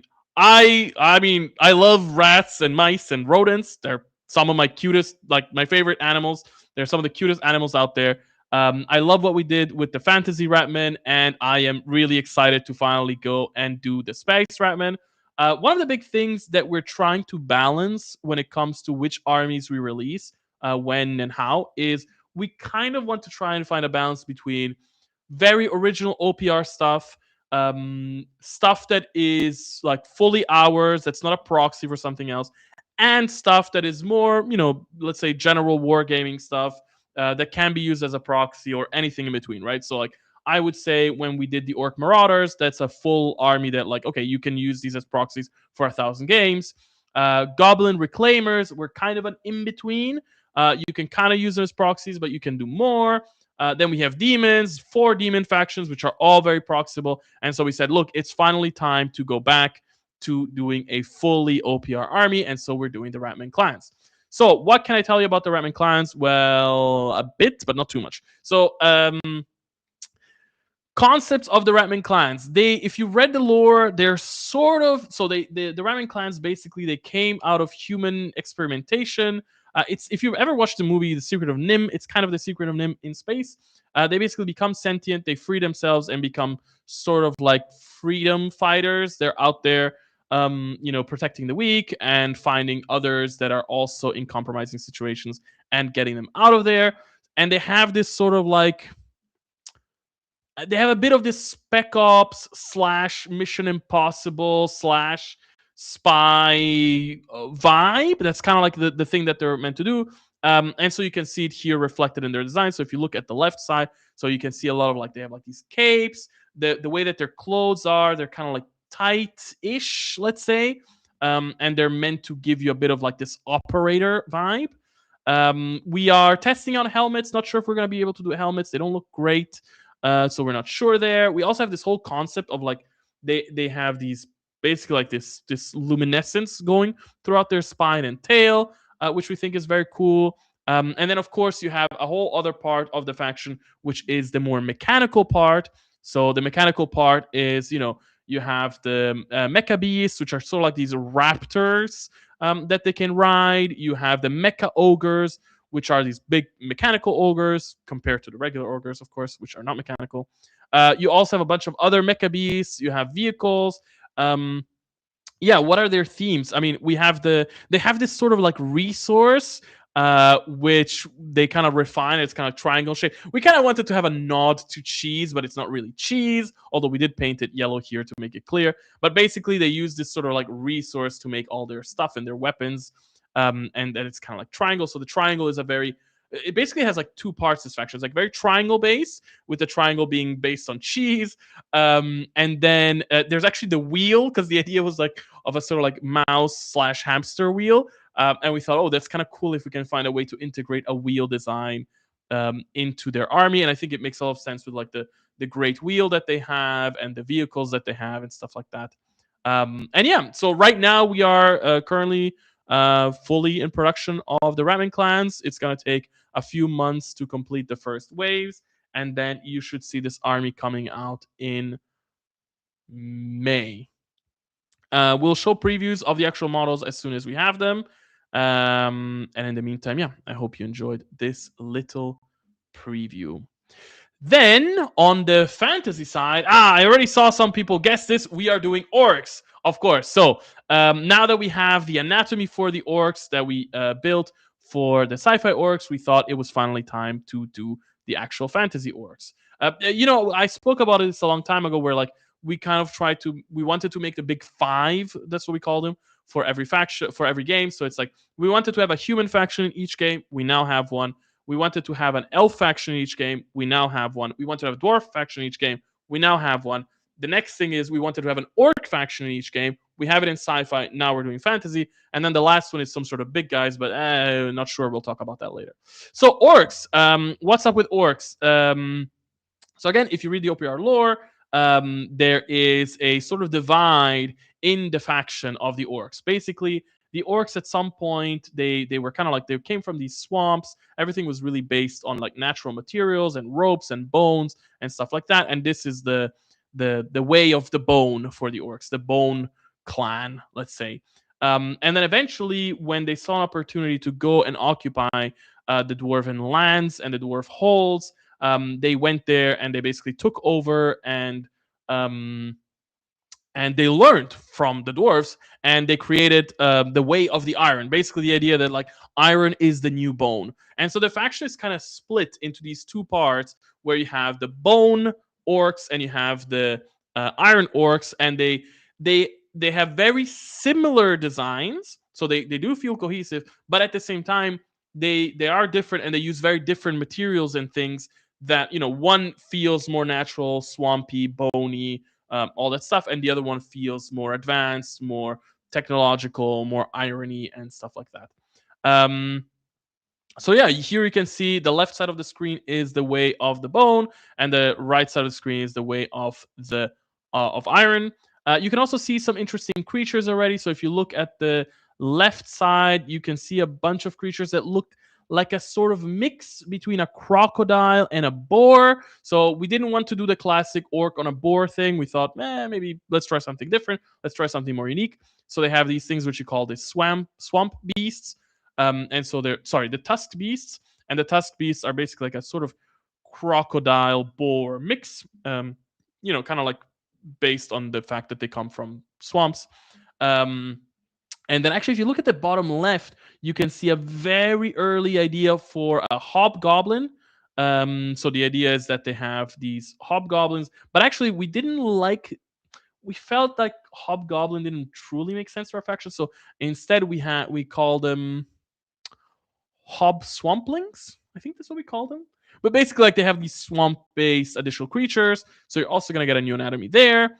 And then if you look, well, there's also like big creatures everywhere. You can see the wyverns, and on the left you can see a swamp crawler, and then on the right side, of course, you can see the Way of Iron, which is much more. They have big shields, they have big helmets. We're still testing the helmets. Not sure. They might be a bit weird. It's weird, like for the orcs, whenever you hide too much of their head, they stop feeling like orcs. So there is a bit of that there that we're testing. But yeah, the Way of Iron has more like they have chariots, they have artillery pieces, so like they have like a big ballista type of thing, and yeah. And so yeah, so we're doing fantasy orcs. We are learning a lot of lessons. So we're gonna take a lot of the lessons that we learned from the sci-fi orcs and apply them here. So for instance, one of the things that we learned early on is that people liked the fact that our orcs had beards, but only if they had no mustaches. The moment you put a mustache, you kind of hide this part of the mouth, and you're kind of hiding the tusks, and so they stop feeling like orcs. Another thing that we learned, for example, is that people like the idea of hair on orcs, but only if you leave the sides shaved. If you leave the sides shaved, people like them. If you don't, people don't like them. So that was also a very interesting thing. And so we're applying a lot of these things here. And yes, again, we're gonna show off the models as soon as possible. We when we did orcs last time, it was a bit of a it was an event, and so we want to make sure that we get things right as soon as possible. So we'll try to show these off sooner rather than later. But to be honest, we are a little less, or maybe we're wrong, but we are a little less worried about doing fantasy orcs because we know that people are used to much more open. I feel like when it comes to fantasy orcs, people are much more open to different tropes and different designs and different styles. Whereas when it comes to sci-fi orcs, they're all like just they're like it has to be exactly this reference, it has to be exactly like this. Whereas with fantasy orcs, people are much more open. But let's see how it goes. All right, so these are going to be the next faction then for fantasy. So just a thing. So the first 4 months of the year are demons, and then the next two factions are the space rats, so the Ratman clans, and then the fantasy orcs. And each fraction of this is going to take around 6 months to release. So the bulk of the year, the bulk of the center of the year, is going to be Ratman clans and orcs, and then towards the end of the year, we're going to be doing other factions. Anyway, moving on to the next thing. Let me take a sip of water. Yes, okay, so I mentioned this before, but so if those armies are coming out around May, June, we're now hitting about mid-year considering when V3.5 actually came out. And so by that point, we're going to be looking at a balance patch. So this is the actual mid-year balance patch that's coming out, where we are going to be updating the armies. Important thing, as we have committed to before, we will not be updating the books. That means your books, if you printed them, keep them. You don't have to change them. And anything that would require a book change is not going to be changed. If that makes sense. What are we looking at for balance patch? Well, honestly, just taking a lot of feedback and applying it. So, are there point costs that need to be tweaked? Are there things that right now feel a little bit too cheap that should be more expensive? Are there things that feel too expensive that should be a little cheaper? Are there things that we can do with army-wide rules to make sure that they feel more balanced? Are there things that we can do with moving around unit upgrades to make them better? So for example, one of the big feedbacks that we got is that a lot of things feels like a lot of things can now go very fast in the game, which was not the idea of the patch. So or of v3.5. So the idea is like, hey, like we're looking at like what are all the ways that we can mitigate that? What are the ways that we can make sure that like we don't suddenly have a game where every unit is running 15 inches, 18 inches, and how do we mitigate that? Other things that we want to look at is do we have armies? We know that a lot of armies have army-wide rules that made them very powerful, very strong. Is there a way that we can kind of tweak that to make it a little bit more manageable? I have a whole list. Let me see if there's something here that I can mention to you.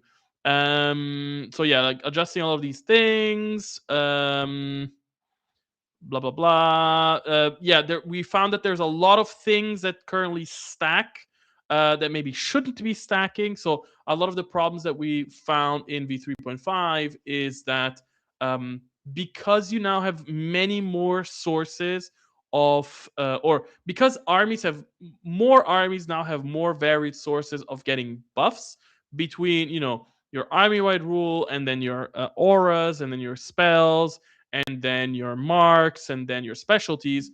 The way that those are written right now makes them extremely stackable, which means you can get crazy things.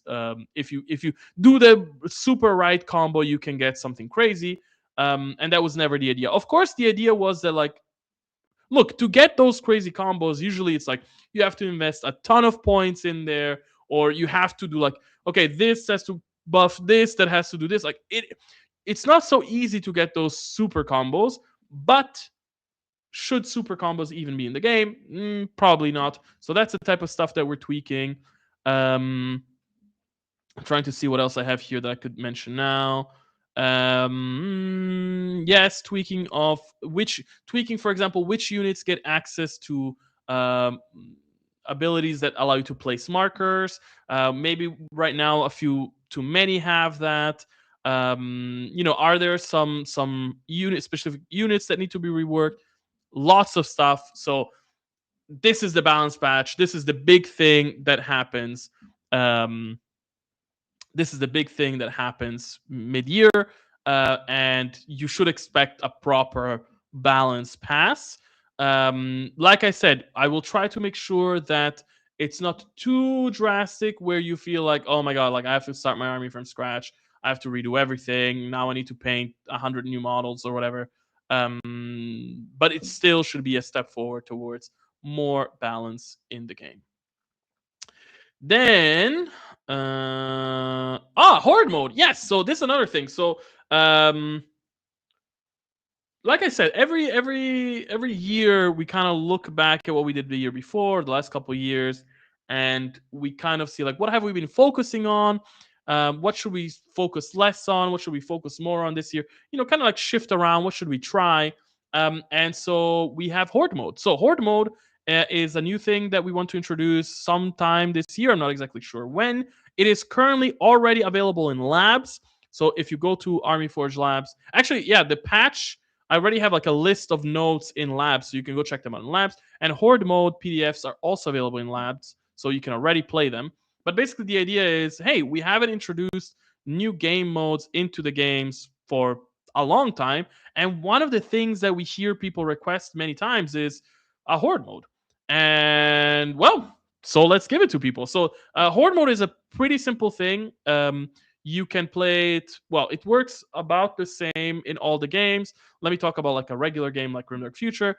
So the way that it basically works is you have your army, like your good guys, let's say, and then you have your bad guys, which is like your opposing armies that can be controlled by a player or can be controlled by the AI. I mean, quote unquote AI, right? But like a sort of like automated like tree. And the idea is basically that you fight waves of enemies. Um, at the end of each wave, you earn XP, your units level up, you buy upgrades, and then you spawn a new wave, and basically you keep going. I think in the latest iteration, you're basically trying to get to wave 10, which should be pretty hard. And that's kind of your goal. Of course, though, you could keep going and go, how many waves can we do? Although the table might get a little crowded. And yeah, so Horde mode, a simple thing that is pretty cool that we want to add to the games, a new way for you to play. This will be available for all the games. I think the only game that right now we're not considering it for is Warfleets, unfortunately. I don't think it really works for Warfleets because of the phase system. It's a bit too complex, but you can expect it for the other game modes. And yeah, just a new way to play. All right, then moving on to Whispers Below. Okay, so now we're getting to about. I mean, it's still kind of early to mid-year. Well, let's say we're getting too slowly to mid-year. So Whispers Below is gonna be our next narrative campaign, and it's gonna be for Grimdark Future Firefight. We haven't had a Firefight narrative campaign yet, so it's finally time.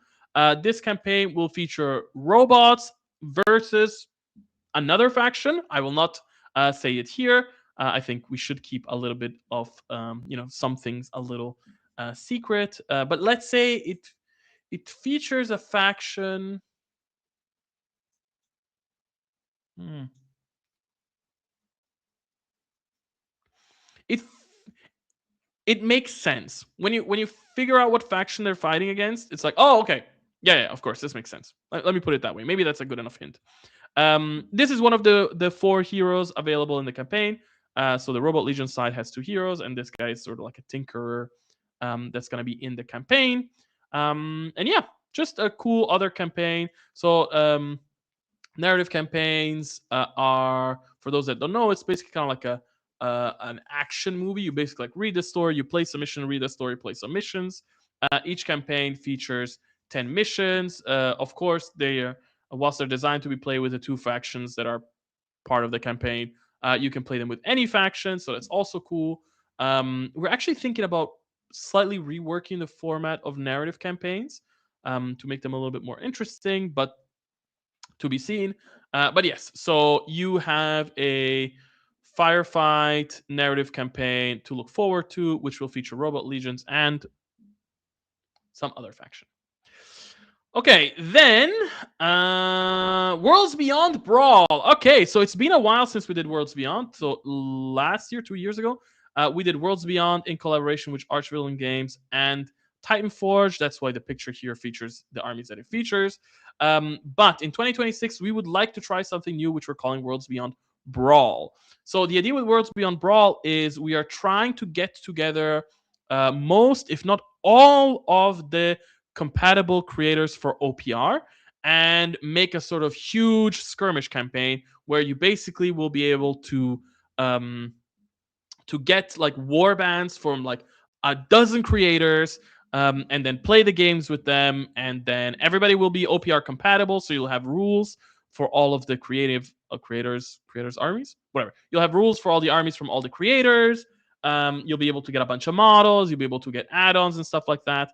And yeah, and really, like, for us, Worlds Beyond, even though I guess for me, Worlds Beyond is not about OPR. That's why it's called Worlds Beyond. It's not about OPR. It's really about showcasing how OPR is a platform, or can be used as a platform for other people to do cool stuff with.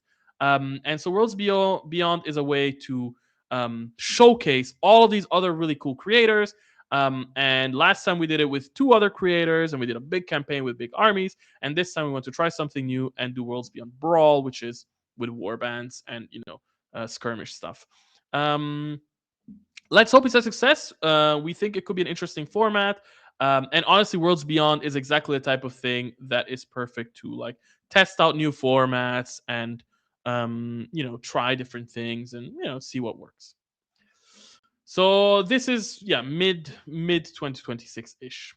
Then okay, then yes, this seems a bit soon, but again, because the last edition came out in late October instead of usually they should come out in early to mid September. Everything kind of shifted, but yes, so somewhere towards mid if that makes sense.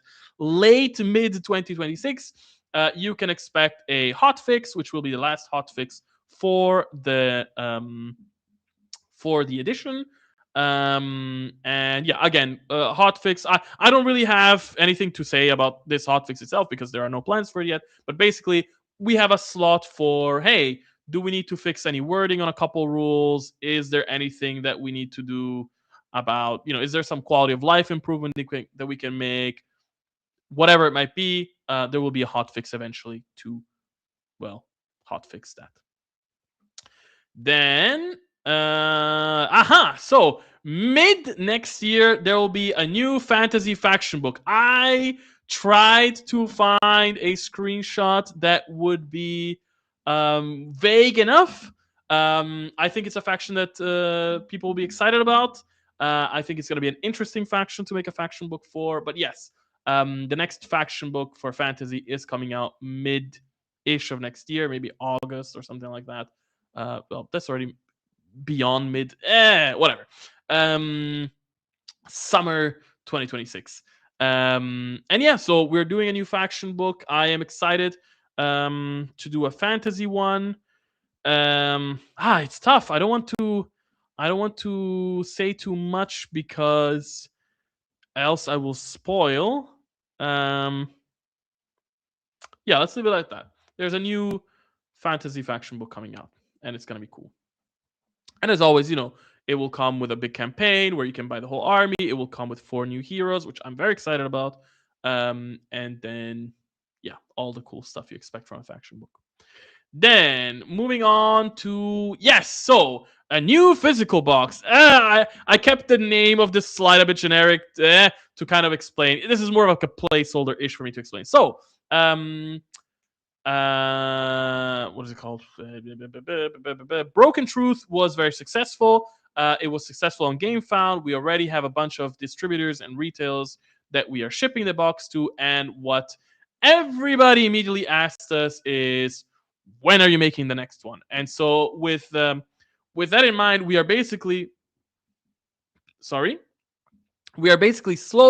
already planning the next physical box that should come out sometime. Well, that should go on GameFound if we're using GameFound. Well, on crowdfunding, whatever. Sometime end of next year, kind of around the same time like Broken Truth, right? September, October, something like this. We are planning on doing another sci-fi one because one of the big things that we always one of the big things that everybody tells us is like, look, it's very cool that we're going to be able to carry this game. It's going to have 2 factions. That's going to keep our players excited for a while.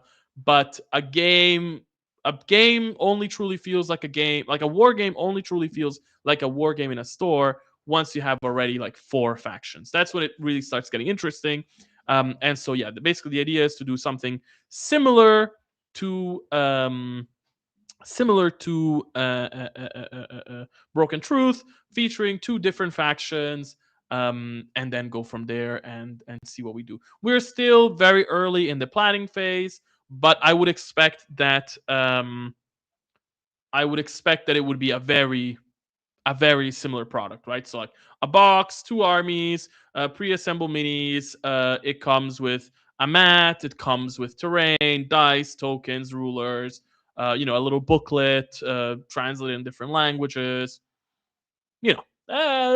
Cool stuff to play with. So yes. By the way, I just in case you ever hear me say this, our internal code name for this project is Too Broken, Too Truth. So if you ever hear me say like, oh yeah, we're working on Too Broken, Too Truth, well, this is it. Broken Truth 2, Too Broken, Too Truth, whatever. It's not actually Broken Truth 2 because it's not going to be Broken Truth. It's going to be a different thing, but Too Broken, Too Truth. All right, then what do we have next? Then towards the end of next year, we are gonna see a new edition, and that will be V3.6. So let me talk about V3.6 now already. I did this last year. I think it was a good idea. So I'm doing it this year where I'm basically already now, 9 months before it comes out, I'm already giving you an idea of what to brace for in the next edition. So if the big theme of the last edition was like more new toys for everybody, The big theme of V3.6 is what I'm calling right now internally. I'm always calling like the weapons update. So basically, the idea is right now there are some of the imbalance in the game comes from, or the weirdness, the wackiness of the balance in the game comes from the weapons. So basically, you have the weapons are kind of built, I don't want to say randomly, but they're kind of built very freely right now. And so what I want to do is we're building systems, not me, it's Adam truly, building systems in the background that basically allow us to create a structure of how weapons are built. Okay, what does this practically mean for you? Basically, right now, there's a lot of situations where weapons feel like, well, this weapon is just like you have a list of weapons to choose from. It's like, well, this weapon is just better than this weapon, and this weapon is better. They don't really feel like choices sometimes. And so the idea is to rebalance the weapons so that they feel more like choices, where it's like, well, this weapon is better at this, and this weapon is better at that. Already, we have a lot of that in the game, but we want to tweak that, especially for melee. We feel that right now melee has some weirdness, especially around AP. It's very weird that you have weapons that have a high number of attacks and AP4, and then you have weapons that have a low number of attacks, AP2 and Deadly 3. And so you kind of have this role where it's like, well, what's the point of the Deadly 3 weapon if it has AP2 when I can just get the same number of attacks with an AP4? So we're rebalancing that. Basically, the weapons are going to be tweaked across the board. One of the big things that's coming here is a general rebalancing of power, which means that, so we saw that with V3.5, the game has become deadlier, and it has become deadlier than it was meant to be. Let me put it that way. And so V3.6 with the weapons update is going to tone things down a little bit more. So what this means is that you're going to see less AP1 uncommon weapons across the board.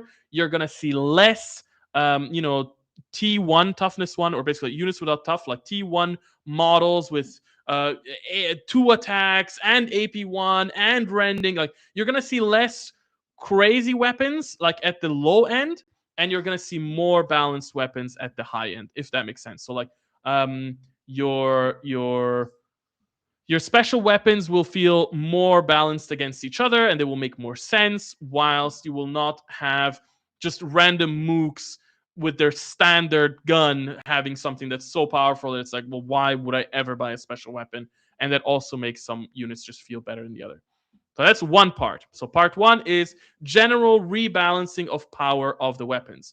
The second part of the weapons update is the how do I call this? Well, whatever. It's the solving the hybrid problem. So one of the problems that the game has right now is what we call the hybrid problem. Basically, what that is there are many units in the game right now that both have a lot of melee weapons and have a lot of ranged weapons. So they're both very strong in melee and very strong in ranged, and that creates a really wacky situation where like they just become really expensive. They're not good at both, and so you're like, okay, well, if I want to be good at melee, I will get a dedicated melee unit, which will be better.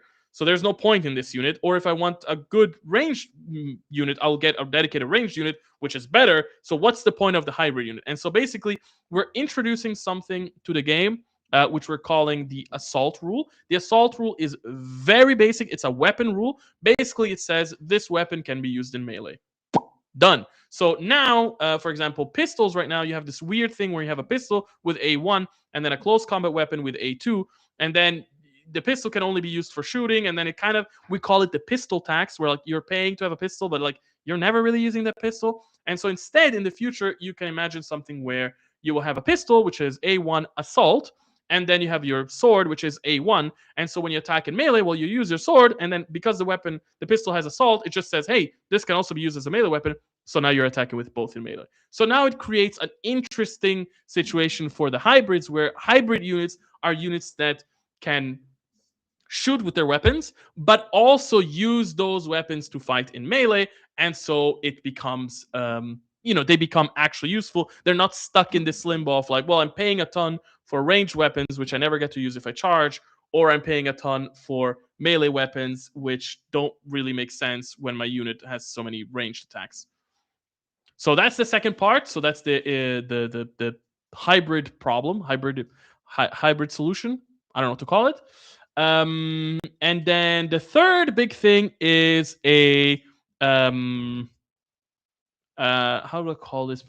An actual following of Balval. So basically, what we have is right now we have some units that just have way too few attacks for what they're meant to do, and so you look at them and you're like, what? Why? Why would I have a toughness 3 ogre with an A2 sword? Like it's just underpowered. Or you have the opposite, where like you have some units that have way too many attacks. It's like, what? How does this make sense? So basically, like everything. Everything will be kind of like rejuggled so that things actually make sense. So you don't have units that are way underpowered and units that are way overpowered in terms of like just the number of attacks that they have. And yeah, it will just make sense. And then what else? We're tweaking things like aircraft. So for example, one of the things that's going to happen with aircraft is they are going to get. We're basically halving the range on all the weapons for aircraft, which basically forces aircraft to stay closer to their targets, which hopefully will make it easier for targets to actually target aircraft, and so kind of create a bit of a balance there. Of course, it means aircraft weapons will also be a little bit cheaper. So kind of trying to create this feeling of like a sort of cat and mouse, but not. It's a mess right now when you have an aircraft that moves 30 inches. It moves 30 inches away from your units. Then it has a 30-inch gun that shoots at your units. Plus, so your units are already 30 inches away. So if they have a machine gun, they could maybe shoot them. But then they get minus 12. So it's like, what? Too messy, too hard. Aircraft basically are able to get away with too much. And so the idea is like halving the range of aircraft weapons so that they have to stick closer and they get, a bit more easily attackable. There's other things that are going to be part of this change, but honestly, these are the biggest ones. So that's why we're calling it the weapons update.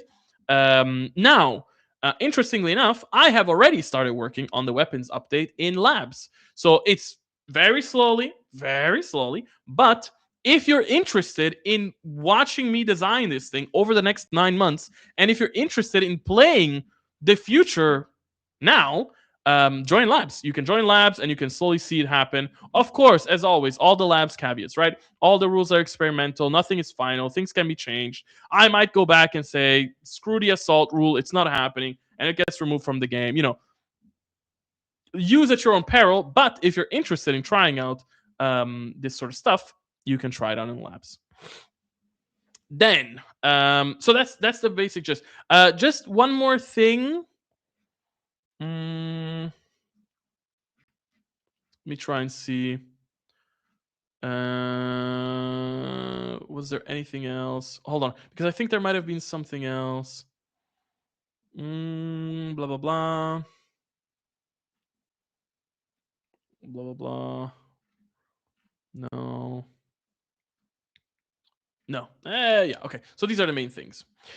There is another part of v3.6 that is its own big thing, and we're going to talk about it separately, which is skirmish triplification. All right, so what is skirmish triplification? So if you played any of our skirmish games, so Age of Empires Skirmish or Grimdark Future Firefight, one thing that you might notice is that they are a little weird. They're a little weird for many reasons. Number one, they're a little weird because they have this situation where they have the same point costs as the other games, and so you get a lot of rounding, not errors, but you get a lot of situations where two things get rounded in such a way that it makes it suboptimal. Also, if you've played skirmish, you have the whole wound roll, the wound check, which is also a bit of a weird situation, and it really makes it feel like, okay, like you might roll well and then your unit lives forever, or you might roll bad and then like it immediately dies, and then it's hard to teach to new players. It's also like it works one way if you have a single model, it works a different way if you have a group. It's messy. Then you also have another weird thing about skirmish games, which is their morale rules, which work very different from the other games. Where like, okay, only once half of your army is dead, then you start checking for morale, and then how does that work? And then units route, and that's a mess. And then finally, of course, the biggest thing maybe is because you have these single models that just roll one die, the game can be very swingy because you just have fewer dice rolls that decide, big outcomes in the game. And so while skirmish has, it has served us well for a long time, and it's nice and it's very playable and it's enjoyable, we think it could be better. And I've been hesitant about this for a long time because, well, I guess priorities shift. But I've been hesitant about this, but finally, I think it's time to pull the trigger on what we call skirmish triplification. What is skirmish triplification? Skirmish triplification, honestly, it's very basic. It just means that you triplify the stats of everything. So instead of a model being, a regular model with no toughness and A1, with like an A1 sword, it gets triplified. So it becomes tough 3 with an A3 sword.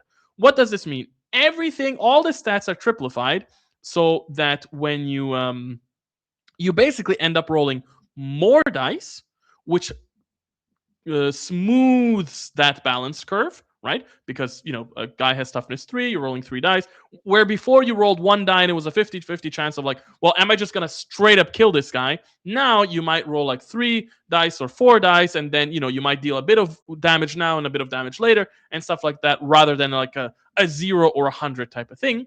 So it helps the balance of that. The other thing that triplification allows is, since that means every unit has toughness, we will not have the wound roll anymore. So you don't have that weird thing anymore where like, okay, well, I attacked you, you fell, now I roll. Okay, wait, you're shaken. Hold on, how many wounds do you have? D6 plus wounds, and then it's 7. But actually, if you're a hero, it's 8. No, sorry, it's 6 plus. But actually, if you're a hero, it's 8 plus. And actually, if you're a tough 6 hero, it's it's a whole thing. It just becomes, hey, you take wounds, you track wounds. It works like in the other games. Once you've taken enough wounds, you're just dead. You're removed from the game. And then the other thing that triplification does is it allows us to change the morale rules to be more like in the other games. So since now you're going to have tough 3 models, basically if a model takes half as many wounds, takes as many wounds as half of its total tough value or more, then you take a morale test and you can be shaken or not. So just like if you play any of the other games, if you have a monster, if you have a tank, it works the same way, right? Like you take it down to half, then it takes a morale test, and then it keeps taking morale tests as long as it's down to half. And that's it. That's triplification. Honestly,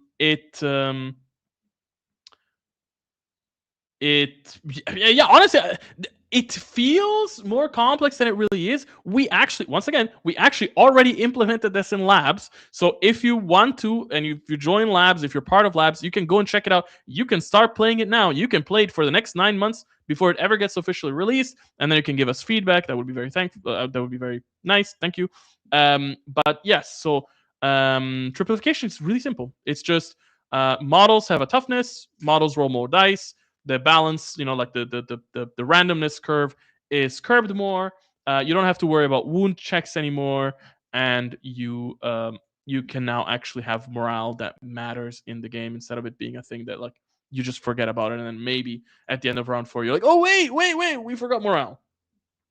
Yeah, that's it. Triplification. Then okay, so that will be the big update. I'm trying to think about anything else. Well, with a new edition, we'll also have a new quick start set. We'll update the core rules. We'll update the books. All that stuff. There's also a lot of little experimental things that I'm trying out that maybe will come out with the new edition, but we'll talk about them later. All right, moving on, because I still have a bunch of slides. Yes, sorry, one more thing with the new edition. I am going to be reworking the rebel guerrillas and the infected colonies. So these are 2 armies. Honestly, I'm saying this for the few fans that there are of these 2 armies out there. They're not much played armies, but they still exist, and I think they're cool. Basically, I think both of these armies right now are a little underserved. They could use a bit of a sprucing up, and so we are thinking of reworking them, reworking their units, reworking their lore maybe a little bit. Not sure. Maybe we change the names of a couple of things, but basically, yeah, we want to rework their units to make more sense. Add a couple units where it makes sense. Rework a couple units where it makes sense. If you play either of these armies, I'm expecting that this will be a substantial change. So like, if you played Ratman clans, 2 years ago before, or a year whatever ago before we did the refresh, because at some point we refreshed the Ratman clans and we reworked the army completely, and that was very cool. You can expect it to be probably something like this. Maybe not as big, not sure, but yes, we're going to be reworking these two armies.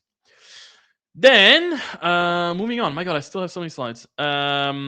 Yes. Then at that point, now we're getting towards the end of the year, right? So we said that throughout the middle of the year, so beginning of the year is demons, middle of the year is fantasy orcs and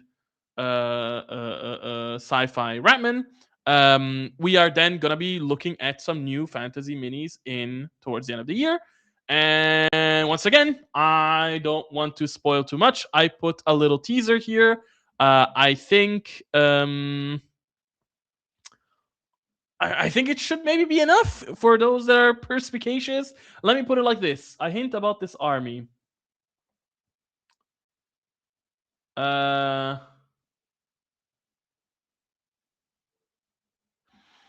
Oh, okay, this is interesting. It's deceivingly big. Let me put it like this. Yeah, I think that's a good hint. Okay, and then you're also gonna get new sci-fi minis towards the end of the year. And again, I tried to find a teaser that works. And I think you can kind of understand what it's about from this screenshot. You have to think about it. But okay, if the hint for the fantasy army was that it's deceptively big, the hint for the sci-fi army is that it's deceptively small. I think that's a good hint. All right, so those are the sci-fi minis, fantasy and sci-fi minis that will come towards the end of the year, and then they will progress into the beginning of the year after that and stuff like that. So yeah.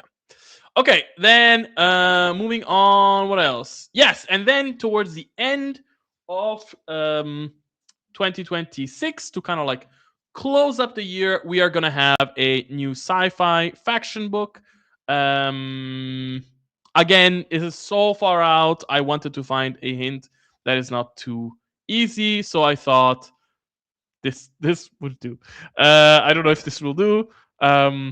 I'm sure somebody out there will look at this and be like, "Oh, of course, I figured it out," and maybe they will figure it out. But it is for you to figure it out. Yeah, here you have your nice grid, your 4x4 grid of circles. Okay, then what else we got? All right, so now we enter the maybe I don't know. The ooga booga, what is going on area of this 2026 preview, because here are a bunch of projects that are like maybe. So 10 millimeter minis. Let me explain what's going on here. So a couple years ago, 3-4 years ago, we decided to try our hands at making 10 millimeter minis. When we wanted to do it, we put a lot of work into it. We put a lot of investment, a lot of time, a lot of money, a lot of stress, a lot of sweat went into making minis. And we prepared a couple of armies almost fully. We never fully completed them. And when at some point we basically at some point realized like this is way more work than we imagined. You might think like, oh, making 10 millimeter minis is easy, but yeah, it ain't. And it was way more work than we imagined, and we said we cannot start on top of everything else we're doing. We cannot start making 10 millimeter minis. And so literally we took dozens of units and we just put them in a corner, and they've just been waiting there for a while. And over the last couple of years, people keep asking us, when are you going to make 10 millimeter minis? When are you going to make it? Okay. And so what we thought about is, look, we have these armies 80% ready. Maybe what we'll do is we'll take what we have, we'll try and fix it up so that it works, we'll add whatever is missing, and then we will sell it to you. Like um we'll do a crowdfunding campaign of some sort, and then you'll be able to buy these armies. Right now, so in a way, this is not a promise that, oh, we are now starting to do 10 millimeter minis and 10 millimeter games and whatever. It's literally just like we have a bunch of minis that were already made. We know people want them. Why waste them and keep them in a corner and just let them die there for the next 20 years or whatever, when maybe people want them and we can sell them and maybe we can recoup a bit of that cost, and who knows, maybe it turns out that they're super popular and they make it worth it that we ever did them in the first place, or maybe they make it worth it for us to keep making armies. So yeah, right now we have a handful of armies that are all kind of like half made, half finished, and we're thinking about releasing them in 2026. Again, I will say this 1,000 times over. This does not mean that we're getting into 10 millimeter minis. This is not a promise that we'll keep making 10 millimeter minis. It's literally just there are minis that we made that are just sitting in a box. They're sitting in a corner. They're sitting on a drive doing nothing. And we want to just sell them to you. Just give them to you. Like here you are. If you want them, buy them, enjoy them, have fun. These might be the only 10 millimeter minis we ever make. We might never make 10 millimeter minis again. I want that to be very, very clear, because I know that some people are going to see this and think, oh, that's it. Now I can expect a new 10 millimeter army every 6 months or whatever. And it's like, not at all. Not at all. This is literally just, we have this stuff. If you want it, buy it. If not, at least it's not rotting in a corner doing nothing. So, all right. I hope that was clear. Then, other project, Warfleets, another question mark. And here I'm talking about rules, not miniatures. So again, same thing. Warfleets. We had thought about doing minis for a long time. It's just we have too many things on our plate.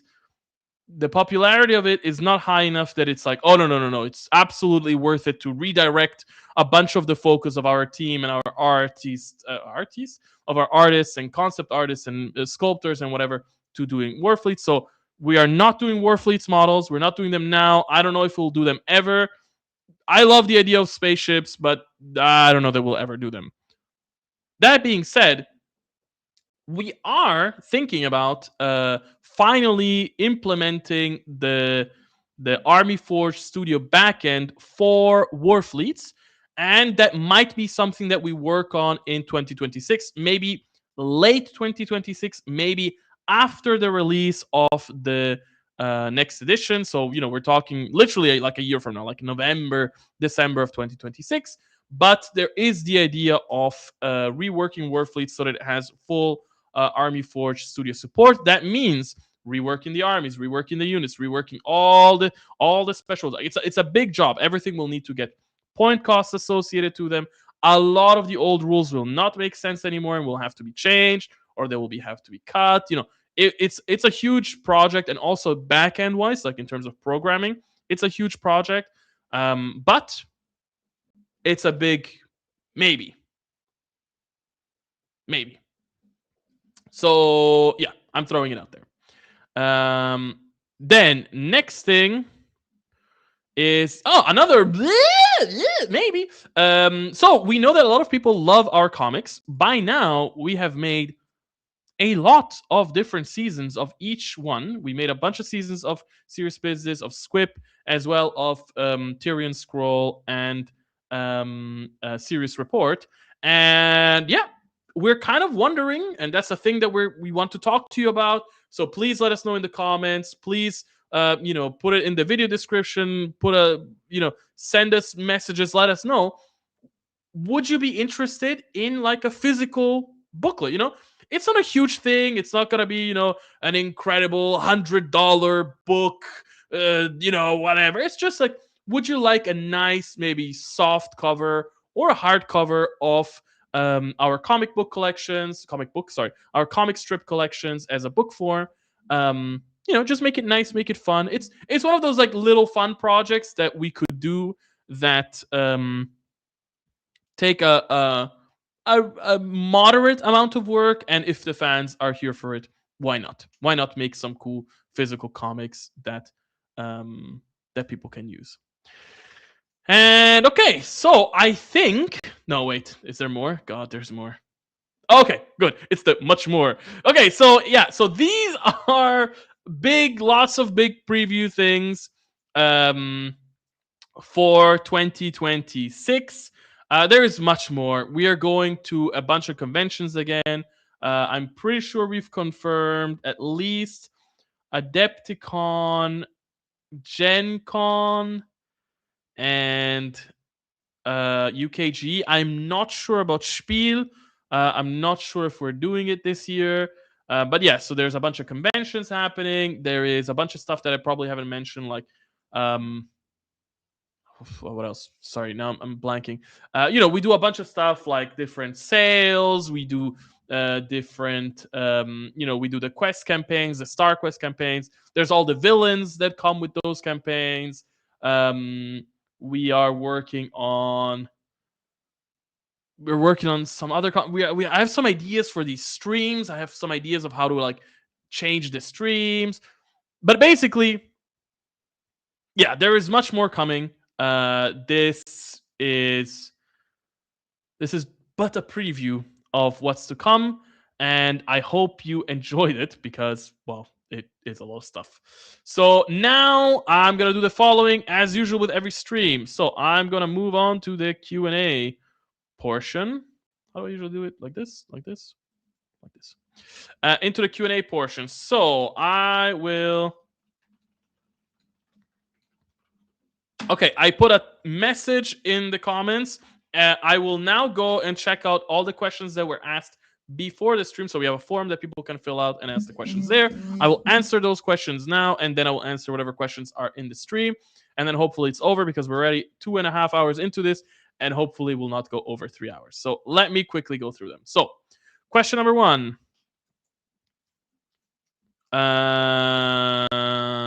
Oh wait, we don't have that many questions. Okay. Okay. Are all the barbarian tribes following Havoc from the north, or are you planning on different tribes living on other environments? These are fantasy questions. I'm not sure. Like the beginning of like in the original story lore that we told, they are indeed all from the north. But we have ideas. We have some ideas because, like, I think what could be cool is, especially because we have the whole concept of like the void gates and the planar verse. They can be from different planes. What I like as an idea is that maybe you have like the main Havoc warriors, which are from the north and interior and all that stuff.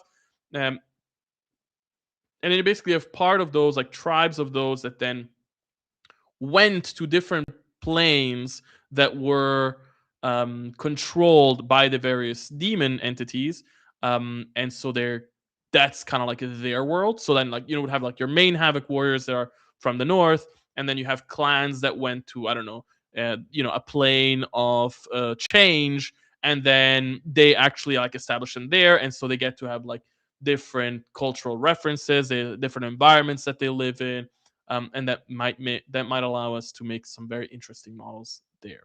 But not sure, honestly. Whenever it comes to things like, these like disciples, detachments, whatever, it's a bit complex because if one day, we're making models for them, it's like, do we really want to make like 6 separate ranges of Battle Brothers just so that they each have unique symbols, or is there something that we can do where, well, we have like, a head swap and a backpack swap and a, shoulder swap, and that can be like, okay, well, now this guy feels like a, you know in this case, like a Havoc warrior of Plague, and I didn't have to go and remake the entire line for Plague. Then other question: are the outsiders So planar factions like the Eternal Wardens or the Ossified Undead establish interior with cities and outposts, or only come and go. It depends on the faction. So I imagine that some factions are more established, like they have outposts and stuff like that. Some might have full-on cities, but I do expect that some of them really just come, raid and pillage and leave. So a bit of both.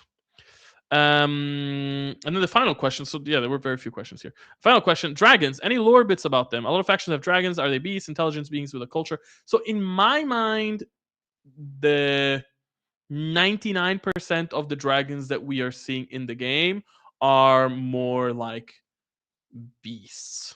I personally have never been a huge fan of the concept of like the intelligent talking dragon vibe. It just never felt too right for me. But I do think that there are some factions where like, oh, yeah, it might make sense. It could be make sense that for this particular faction, they have dragons that like talk and have a culture. But generally speaking, I would imagine them more as like beasts. Um Okay. Wait. Oh, another question tucked in here. Some older armies like Jackal's Internal Dynasty would greatly benefit from some thickening, for example, on spears. Is this something that is planned? Not as of right now. Thickening is a process that takes a lot of time and effort and part of the team. And, we're trying to make sure that our team can focus on the main releases and that we are trying to build a backlog so that we have less delays or ideally no more delays. And so it's the thickening of stuff either has to come with an update that makes sense, or it has to be something that is worked on very slowly over a long period of time in order to not disrupt the main um the main design, creation, whatever, production process. So I'm not sure if that will happen for these armies when.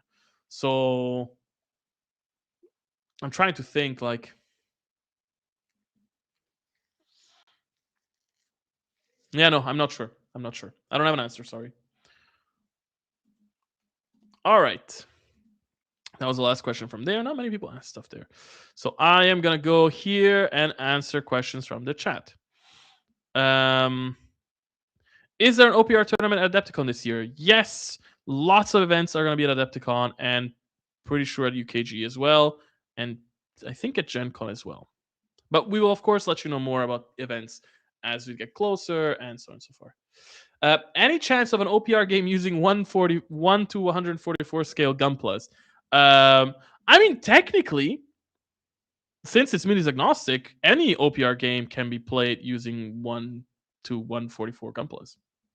You can use them as mechs, but also you could just use them as regular dudes. Like, it's minis agnostic after all, right? Next question. Will there be any OPR Warfleets at Adepticon this year? No. As I was saying before, and I will say this again, we are not planning of doing any ships.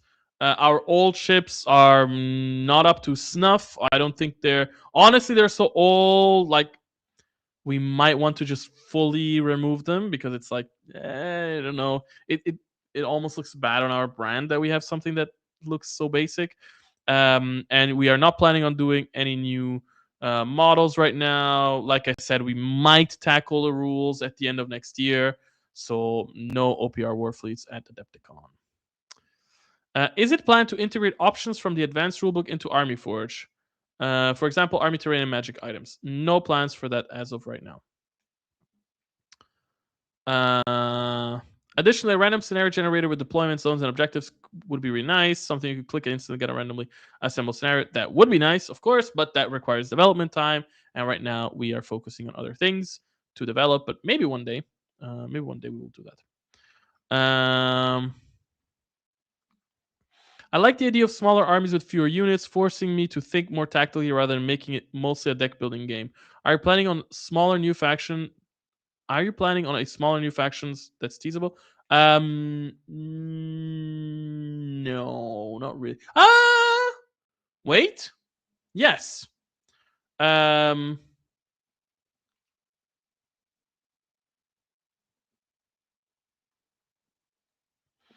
I'm trying to think about how to tease it.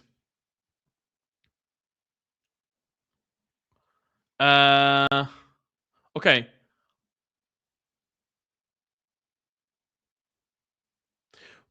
Yes, we have a plan for an army. Here's my teaser. Uh, it's a sci-fi army, and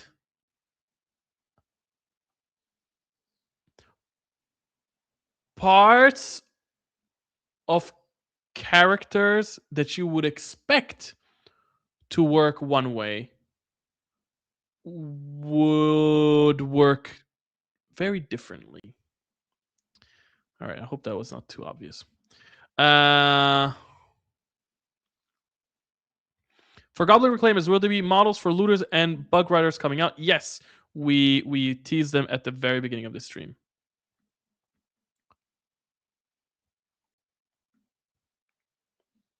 Are you totally married to the concept of lust as the Havoc faction? I think envy or vanity would be better. Lust just has some. Lust just has some very strange vibes. Yes, I think so. That's part of the thing of, you know, name generification being added as a way for us to eventually be able to change the names in a non-disruptive way for people that don't care for our own names. But technically, the goddess of lust, is not the goddess of lust per se. She's the goddess of perfection. So she lusts for perfection. That's the idea. But I do understand that the name lust might sound very different to people. Totally understandable. And something that we would love to correct in the future. But yes, she is actually the goddess of perfection. How do I access Horde mode, or is it not up yet? I don't see it in labs. If you go to the Discord, go to the section for game. It's called Game Design Corner. It has the threads, and there are 2 threads there for Horde modes. So you can check it out there. Would you guys ever consider doing base toppers so the main base can be printed in plastic on top in resin? Not sure. I'm gonna be honest. Bases are one of those things which is like they're quite a bit of effort to make. Everybody has a different idea of what they should look like. Everybody wants a million different options. And some people say, oh, they should be like this and this, and toppers and not toppers, and maybe rollers, and maybe do this.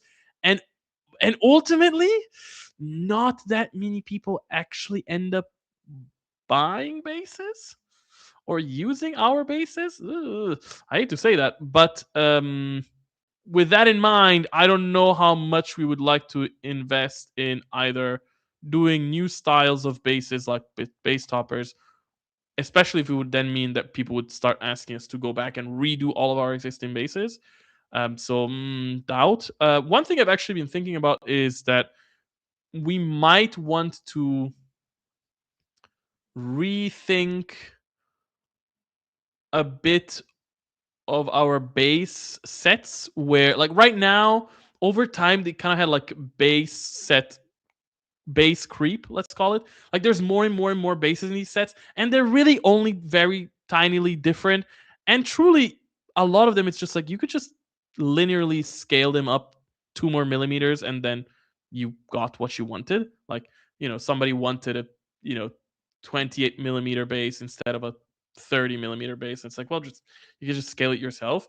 And so something that we've been wondering about is the idea of defining an actual OPR set of like bases. Like these are the official OPR base sizes which are used for our games, and then only make those base sizes.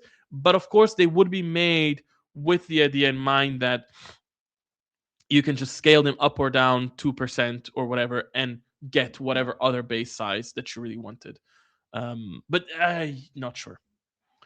Are there any plans for updating some of the older 2D prints with the new units that were added, or more options? Honestly, kind of like the basis thing. No, not really worth it. The 2D armies, they are a lot of effort to make. It is a ton of drawings, a ton of files. They have fronts, they have backs, they have the black and white, color 1, color 2. They have a million units. Sometimes the units have varieties of like different head options and different weapon options, and then they come with thick borders or they come with no borders, and then they come with top-down virtual tabletop tokens, and then they come with the cutouts. I don't remember what they're called now. The silhouettes, whatever. And it's so much work, so much effort, so much money that goes into making all these armies. And then when you look at how many people actually download and use them, very, very few. So, with that in mind, again, are we really going to go back and update a bunch of armies that nobody really is downloading or playing? Not nobody, but like very, very few people. Like, I'm not sure. And already now, like, we kind of have this problem where, like, I feel like the paper minis are kind of like in limbo. We actually were discussing this in the paper in the 2D print channel on our Discord. So if you scroll there, you can find the full discussion. We're talking about this, but like paper minis are kind of in a limbo where like they don't really satisfy. They're not truly made to satisfy a specific audience right now. So there are people that use paper minis as a sort of intro thing, and as an intro thing they're too complex. There's too many minis, there's too many options, it's too messy. They don't come with like a quick play set of rules. So it's like if you're using them as an intro, if you're using them as an intro from the quick start sets, great, because there you have like 3 units or 6 units, whatever it is, with the stats, boom, bada bing bada boom, easy, it's right there. But yeah, if you're just grabbing them from drive-through, it's not really good. And then on the other hand, if you're somebody that's like, no, I want to play the games fully with 2D minis, well, we will never be able to satisfy that because there are just too many minis that are like either too big or too weirdly shaped or too bulky, or that just don't make sense for us to make as 2D prints because they would fall over, or you just literally couldn't print them, or you would have to assemble them really weirdly. So it's like it almost begs the question of like, who are the paper minis for? Because it's like if they're doing too much and it's too complex for people that are just using them for quick start, but also there just isn't everything that you would need to fully play the games with only paper minis. Who is happy with the paper minis? And I feel like in a weird way right now paper minis are just making multiple audiences frustrated rather than make anybody truly happy. And so we might actually want to rethink paper minis as a whole for the future.